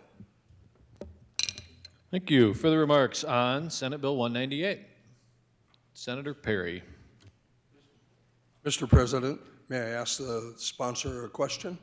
Yes, state your question. How many schools approximately have a plan? I believe you said a number and I heard another number, and I just want to make sure that I know the number. Senator Carr, do you wish to respond to that? Yes. Go ahead. Thank you, Mr. President. Well, thank you for the question. What I had taken away, this is from the GOAC meeting where we had the Department of Education, we were looking at the different metrics, and one of the things that I asked about, followed up on, was this issue of cell phones and what the policies were that have been implemented that we trusted the schools to implement. 33% have implemented a bell-to-bell policy. Approximately 60% have said there's some sort of class time exception, they can't have cell phones during class time. And 5% have done nothing. Further remarks, Senator Perry? Yes, further remarks, but not questions. Go ahead. I believe that when we deal with cell phones, we're looking at fewer distractions by doing this bill. What we're doing by having the distractions is we're actually hurting our academic performance. I don't know about the rest of you, but I have seen many, many times where they say that our reading is down, our math is down, and could it be that a cell phone is making a difference? I'm not sure, but less bullying and drama could occur if we had this. Social media conflicts occur right now, whether you believe that or not. Better social interactions and building smaller, stronger communication skills. People are visiting with people. They're actually looking at each other. They're talking to each other. I think that that's a real positive. My mom always told me, don't hurt yourself and don't hurt other people. This is one of those things where by using our cell phone, maybe in school, we're hurting ourselves. But we're not just hurting ourselves, we're hurting other people. And if our academic performance isn't where it needs to be, or our physical or mental performance isn't where it needs to be, maybe this could make a big difference. So I'm yes on SB 198. Thank you. Thank you. Further remarks on Senate Bill 198? Further remarks? Seeing none, closing from Senator Carr. Thank you. I appreciate those that stood and provided some concerns, because I understand their concerns, but also it gives me some more things to talk about. So thank you for that. When I hear some of the comments about smartphones being a negative impact in children's lives, not just during school, but outside of school, wholeheartedly agree. But if you acknowledge that they are that issue, that problem that needs to be addressed, why would you resist, at the very least, of addressing it in the professional setting that is our school system? That our educators are trying to break through to these kids and teach them something. We can't control what they do at their homes and what their parents do, but we acknowledge it's a problem all 24 hours of the day. But the logic is, if we can't do something after school and in their homes, then we shouldn't do anything at all. I disagree with that. We're setting up our educators for failure if that's our take. I had a superintendent that was I ran into the back and I said, oh, hey, do you got a second? And I said, hey, you guys have a cell phone policy? He said, well, yes. And he said, the kids aren't supposed to use their phones during class time. We leave it to the teacher's discretion, sort of thing. And he said, I wanted bell to bell. And I said, well, tell me why. He said, well, these kids are constantly distracted. It's the most weird thing. You walk into the school lunchroom over noon, and there's not a single person talking. They're all just sitting on their phones, playing games. There's no social interaction, and they can't wait to get to their phones. They're constantly distracted. It's a constant fight to keep them off their phones. I heard concerns about, is this even possible? Well, we have 33% that have implemented bell-to-bell, so I think it's possible. Not only that, gave this handout, 26 states have done a substantial language similar to bell-to-bell. Another handful have done some sort of policies. I didn't just go off anecdotal evidence like my conversation with this teacher or this student or this superintendent. I provided you with some real research here, folks, and studies. Here's what we know. 65% of our seniors are below reading proficiency, 78% below math. When we've had bell-to-bell phone bans, it's cut suspensions by 35%, office referrals by 50%. We've seen real mental and behavioral diagnoses of teens increase since the era of cell phones. Between 2007 and 2021, suicide rates have rose 62%, social media harassment being a primary driver. Smartphones reduce thinking capacity simply by being present. You can look at these studies. Removing phones produces immediate learning gains. Schools that have removed phones during the school day experience measurable increases in academic performance, the strongest gains among their lower performing students. These are all really good things. Why would we fight this? Phones fragment attention at a societal scale. Widespread smartphones use the normalized constant attention switching, reducing the ability to sustain focus across tasks and environments. And when you have an addiction, like the dopamine addiction, that's what you're going to look for. That's what you're thinking about. When am I going to get it next? How do I get to my phone so I can do this next? Get more of that dopamine fix. Studies are out there. I'm not going to repeat them. There's another great handout talking about more of those studies. If I look at the professional setting that you walk into, whether you're a young adult or ourselves here serving, we have cell phone policies. We We have cell phone policies for the pages.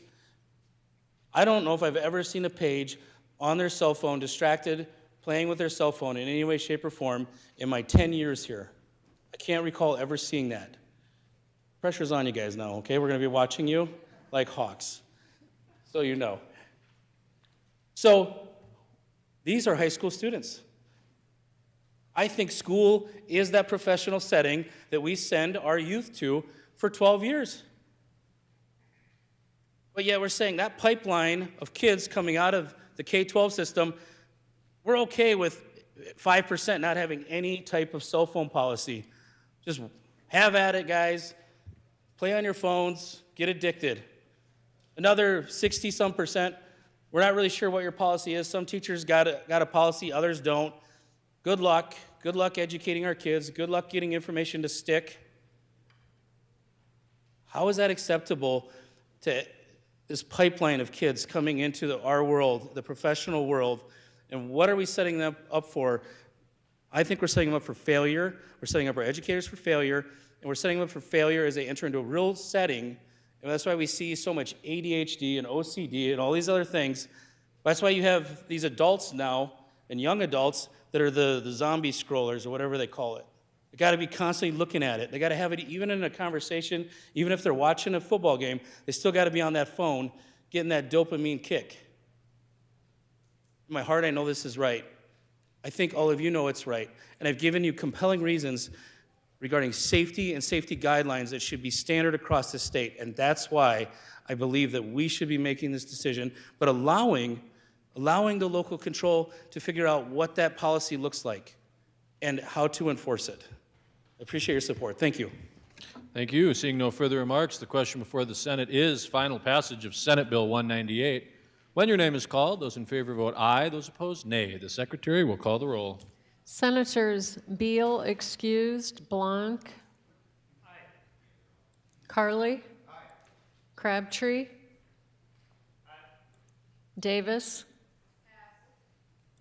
Dibert. No. Duhamel. No. Foster. Aye. Grove. Aye. Hone. Aye. Howard. Aye. Hulse. No. Jensen. Aye. Carr. Aye. Colbeck. No. Lapke. No. Larson. Aye. Marty. No. Melhoff. Aye. Ms. Skimmons. No. Nelson. No. Otten. Aye. Perry. Aye. Peterson. Aye. Fischke. Aye. Reed. No. Roll. Aye. Souter. No. Shanefish. No. Smith. No. Vilhauer. No. Voigt. Aye. Voida. Aye. Whip. No. Zickman. Aye. Davis. No. Voida. Aye. Mr. President, we have 19 yeas, 15 nays, 1 excused. So, Senate Bill 198, having received an affirmative vote of a majority of the members elect, the President declares the bill passed. Are there any questions on the title? Seeing none, it is deemed correct.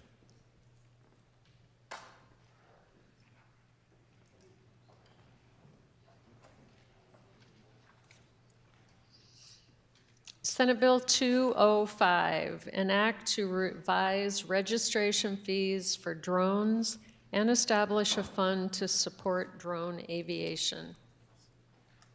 Senate Bill 205, having had its second reading, is up for consideration and final passage. Are there any remarks? Senator Voida. Thank you, Mr. President. Well, today, folks, you have before you Senate Bill 205. This bill came about because I had some constituents who had purchased an agricultural spray drone for use on their farm. A couple months later, they received I'll call it a bill from the Department of Revenue stating that they owed nearly $1,000 for a original registration tax. This original registration tax is above and beyond the sales tax that is paid on these drones. And that is because in South Dakota law, drones are not separated out from aircraft. So according to Department of Transportation, in the last 3 calendar years, this tax generated $70,676.97 in revenue, and that went to the Aeronautics Fund. Well, the Aeronautics Fund is used by the Aeronautics Commission to fund airport improvement projects, DOT Aeronautics Administration, maintenance of airport weather stations, stuff like that. So when my constituents found out that that is what their nearly $1,000 went to, they were a little bit upset. Why were they upset? Well, because drones cannot utilize airport runways or fly near airports. So their money is going into a fund that they will never see any benefit or return on in their industry. So I asked them, well, what would you like to see done differently? And Senate Bill 205 is the result of what we came up with to do differently. We will create a new fund that would be administered by the Board of Tech Ed and appropriated through the general fund for the purpose of supporting drone aviation education programs. So just to show you the impact on the Aeronautics Fund, currently, or sorry, not currently, but in fiscal year 2025, the Aeronautics Fund had just over $18 million in it. And please reference the handout that I passed out to you guys. It had just over $18 million in it. Revenue in fiscal year 25 was $7.49 million, and expenses were $2.23 million, which is a net increase of $5,259,751.15. So, the question before everyone today is, do you think that it is appropriate for drones to pay into a fund that they are never going to see a return on? And I hope that you'll support this bill. Thank you. Thank you. Further remarks on Senate Bill 205, Senator Whip. Thank you, Mr. President. I, too, rise in support of this bill. It is essentially a modernization of what was meant by the term aircraft, right? Our ye old forefathers had no conception of the idea that individuals would be able to own these drones and use them in the way that they did. And so these drones don't use the infrastructure that the fees currently pay for. In our state, we kind of have a philosophy that the payer of a fee should expect that that fee goes to at least something adjacent to the use, and I think adoption of this bill would bring that back into focus here. I want to be clear, I don't own one of these drones, I don't use it on my farm. This isn't to benefit me specifically, but I do agree with the idea that we ought to modernize this understanding, and I ask that you support the bill. Thank you. Thank you. Further remarks on Senate Bill 205, Senator Nelson. Thank you, Mr. President. Yeah, yesterday on my way back here to Pier, I was contacted by an individual from District 18 who does have one of these drones. And simply he said, this is going to continue to grow. There's going to be more and more of these being used. He is in complete favor of taking this money and utilizing it to instruct future drone operators because it's only going to get bigger, it's only going to get more complicated, and he would really like to see this go into and be more go into something that's going to be used for drone operation. Also, too, you look at the money that the Aeronautics Board has. This is a blip on their radar. But the money that this could be used for with our VOTEX or instruction could make a huge difference for those programs. Thank you. Thank you. Further remarks on Senate Bill 205. Further remarks. Senator Boyd, do you have anything to add in closing? No. All right. Seeing no further remarks, the question before the Senate is final passage of Senate Bill 205. This is a majority vote because the fee is deposited into a fund that's appropriated through the General Appropriations Act, so it's a majority vote. When your name is called, those in favor vote aye, those opposed nay. The Secretary will call the roll. Senators Beal, excused, Blanc, Carly, Crabtree, Davis, Dibert? Duhamel? Foster? Grove? Hone?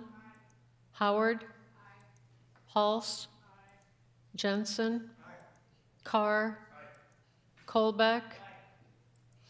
Lapke? Larson? Marty? Melhoff? Miskimmons? Nelson? Otten? Perry? Peterson? Pischke? Reed? Roll?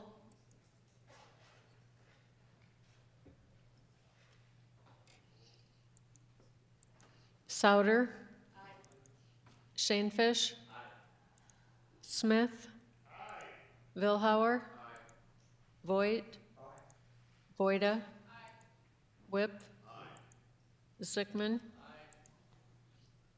Roll?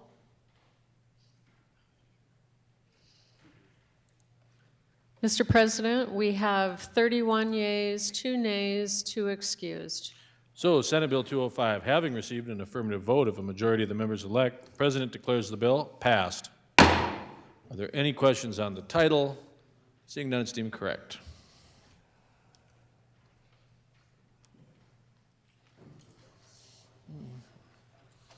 We're almost half done.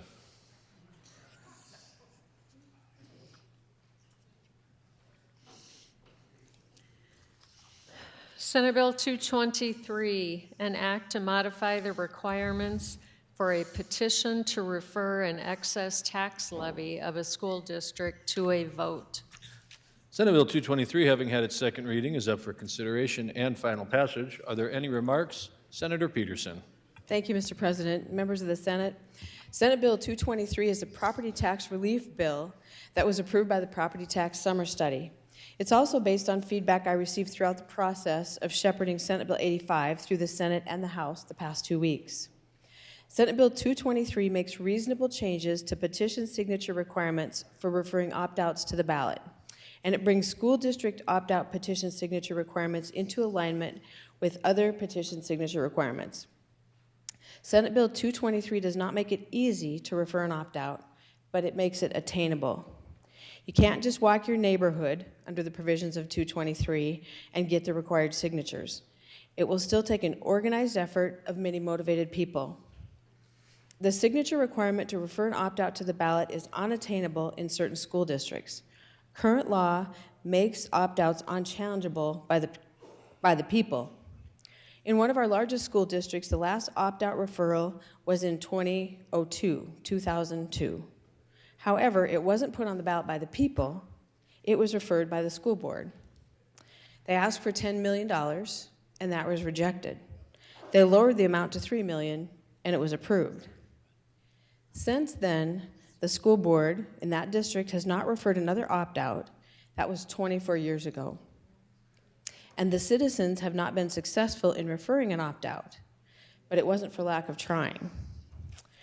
I mentioned that Senate Bill 223 aligns signature requirements for school district opt-outs with that of other petitions. You'll see a handout on your desk, and at the top it says current. There's a spreadsheet, a short spreadsheet that says current, and then another one that says Senate Bill 223. So it will show you, under the current situation, you'll see that in order to run as a Republican for governor, you need to gather 2,171 signatures. To run as a Democrat for governor, you need to gather 1,233 signatures.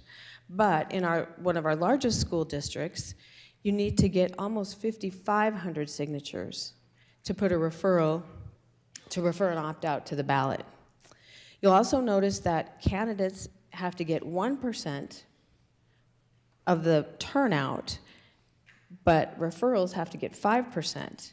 And then here's the real kicker. It's not of turnout, it's of the total registered voters.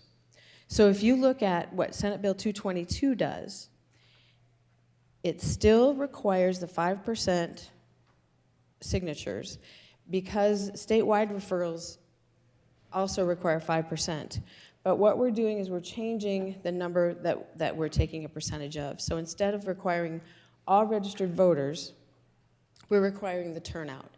So what the bill says is that in order to refer an opt-out to the ballot, the citizens would have to get 5% of what the turnout was in the last school district election. So in this particular school district that we're talking about, there are probably 100 to 110,000 registered voters in that school district. So in a gubernatorial year, you probably have about a 30% turnout. And if you take that times 5%, you're looking at, again, depending on turnout, somewhere between 1,600 and 2,000 signatures. That's still a lot of signatures, but it's doable. And it does also give them a little bit extra time. Their current time frame is 20 days. We're looking at giving them 40 days. I originally had 60 days, but in conversation with some senators, they thought 40 days was a better idea, so we moved it to 40 days. So again, it's not easy, but it is attainable. So as you can see, Senate Bill 223 is reasonable and it's consistent with other petition requirements. I ask that you would vote yes on Senate Bill 223 so that the referral process designed for the citizens actually works for citizens. Thank you. Thank you. Further remarks on Senate Bill 223? Further remarks, Senator Dibert. Thank you, Mr. President. I rise in opposition to this bill. I like a couple of the ideas, and I appreciate the good senator bringing the bill. In fact, I was one of the senators she spoke to about extending to 40 days, and I would really appreciate her backing away from 60 days, because how does a school budget when they don't know if their opt-out's going to be in effect in time for the need? So, but what I don't like about the bill is the language about the number of signatures. At the last Sioux Falls School District election, 2.33% of the voters turned out. There's 126,000 plus voters in that school district. And with that number of turnout, currently in Sioux Falls, you'd need 148 signatures to put an opt-out on the ballot. So this is a bridge too far. That's too small a number. If you look at how many votes it takes to get elected to the school board, these people are elected by the votes of the people, and they require many more votes than 148. Furthermore, school districts have the ability to refer these to the voters on every opt-out. So if this was more in the middle, where maybe there's a minimum of 2,000 signatures, or some other percentage, I may support it. But right now, it's a bridge too far, and I encourage you not to support the bill. Thank you. Further remarks on Senate Bill 223? Further remarks? Senator Peterson, anything to add in closing?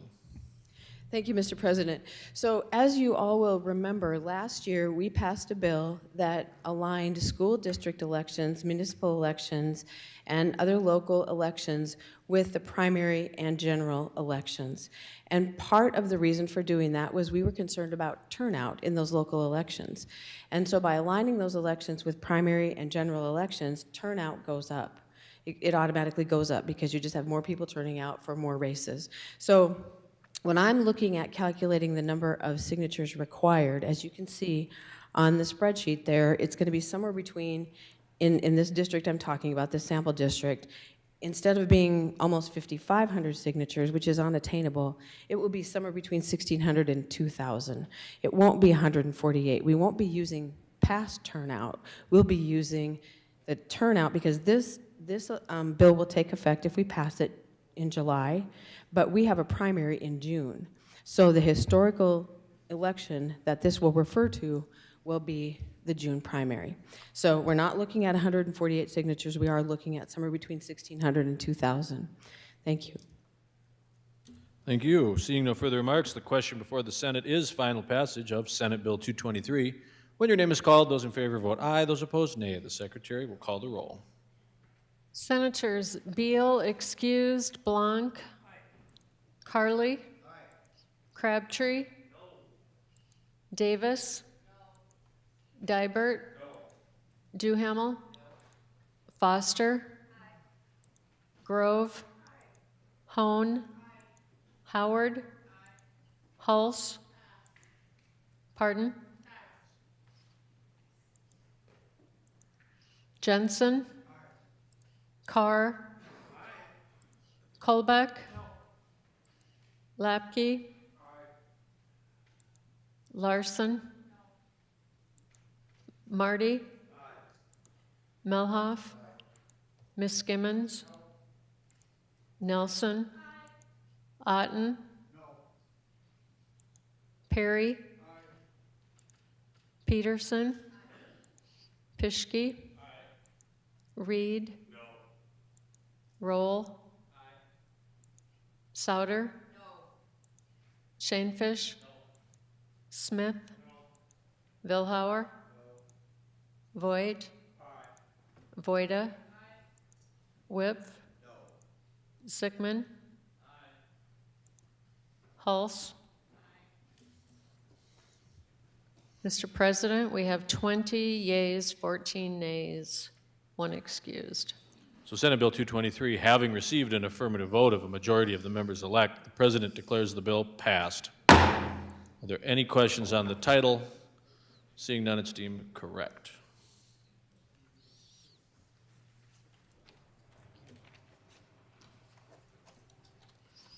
Senate Bill 227, an act to establish a minimum damage threshold for a motor vehicle total loss declaration.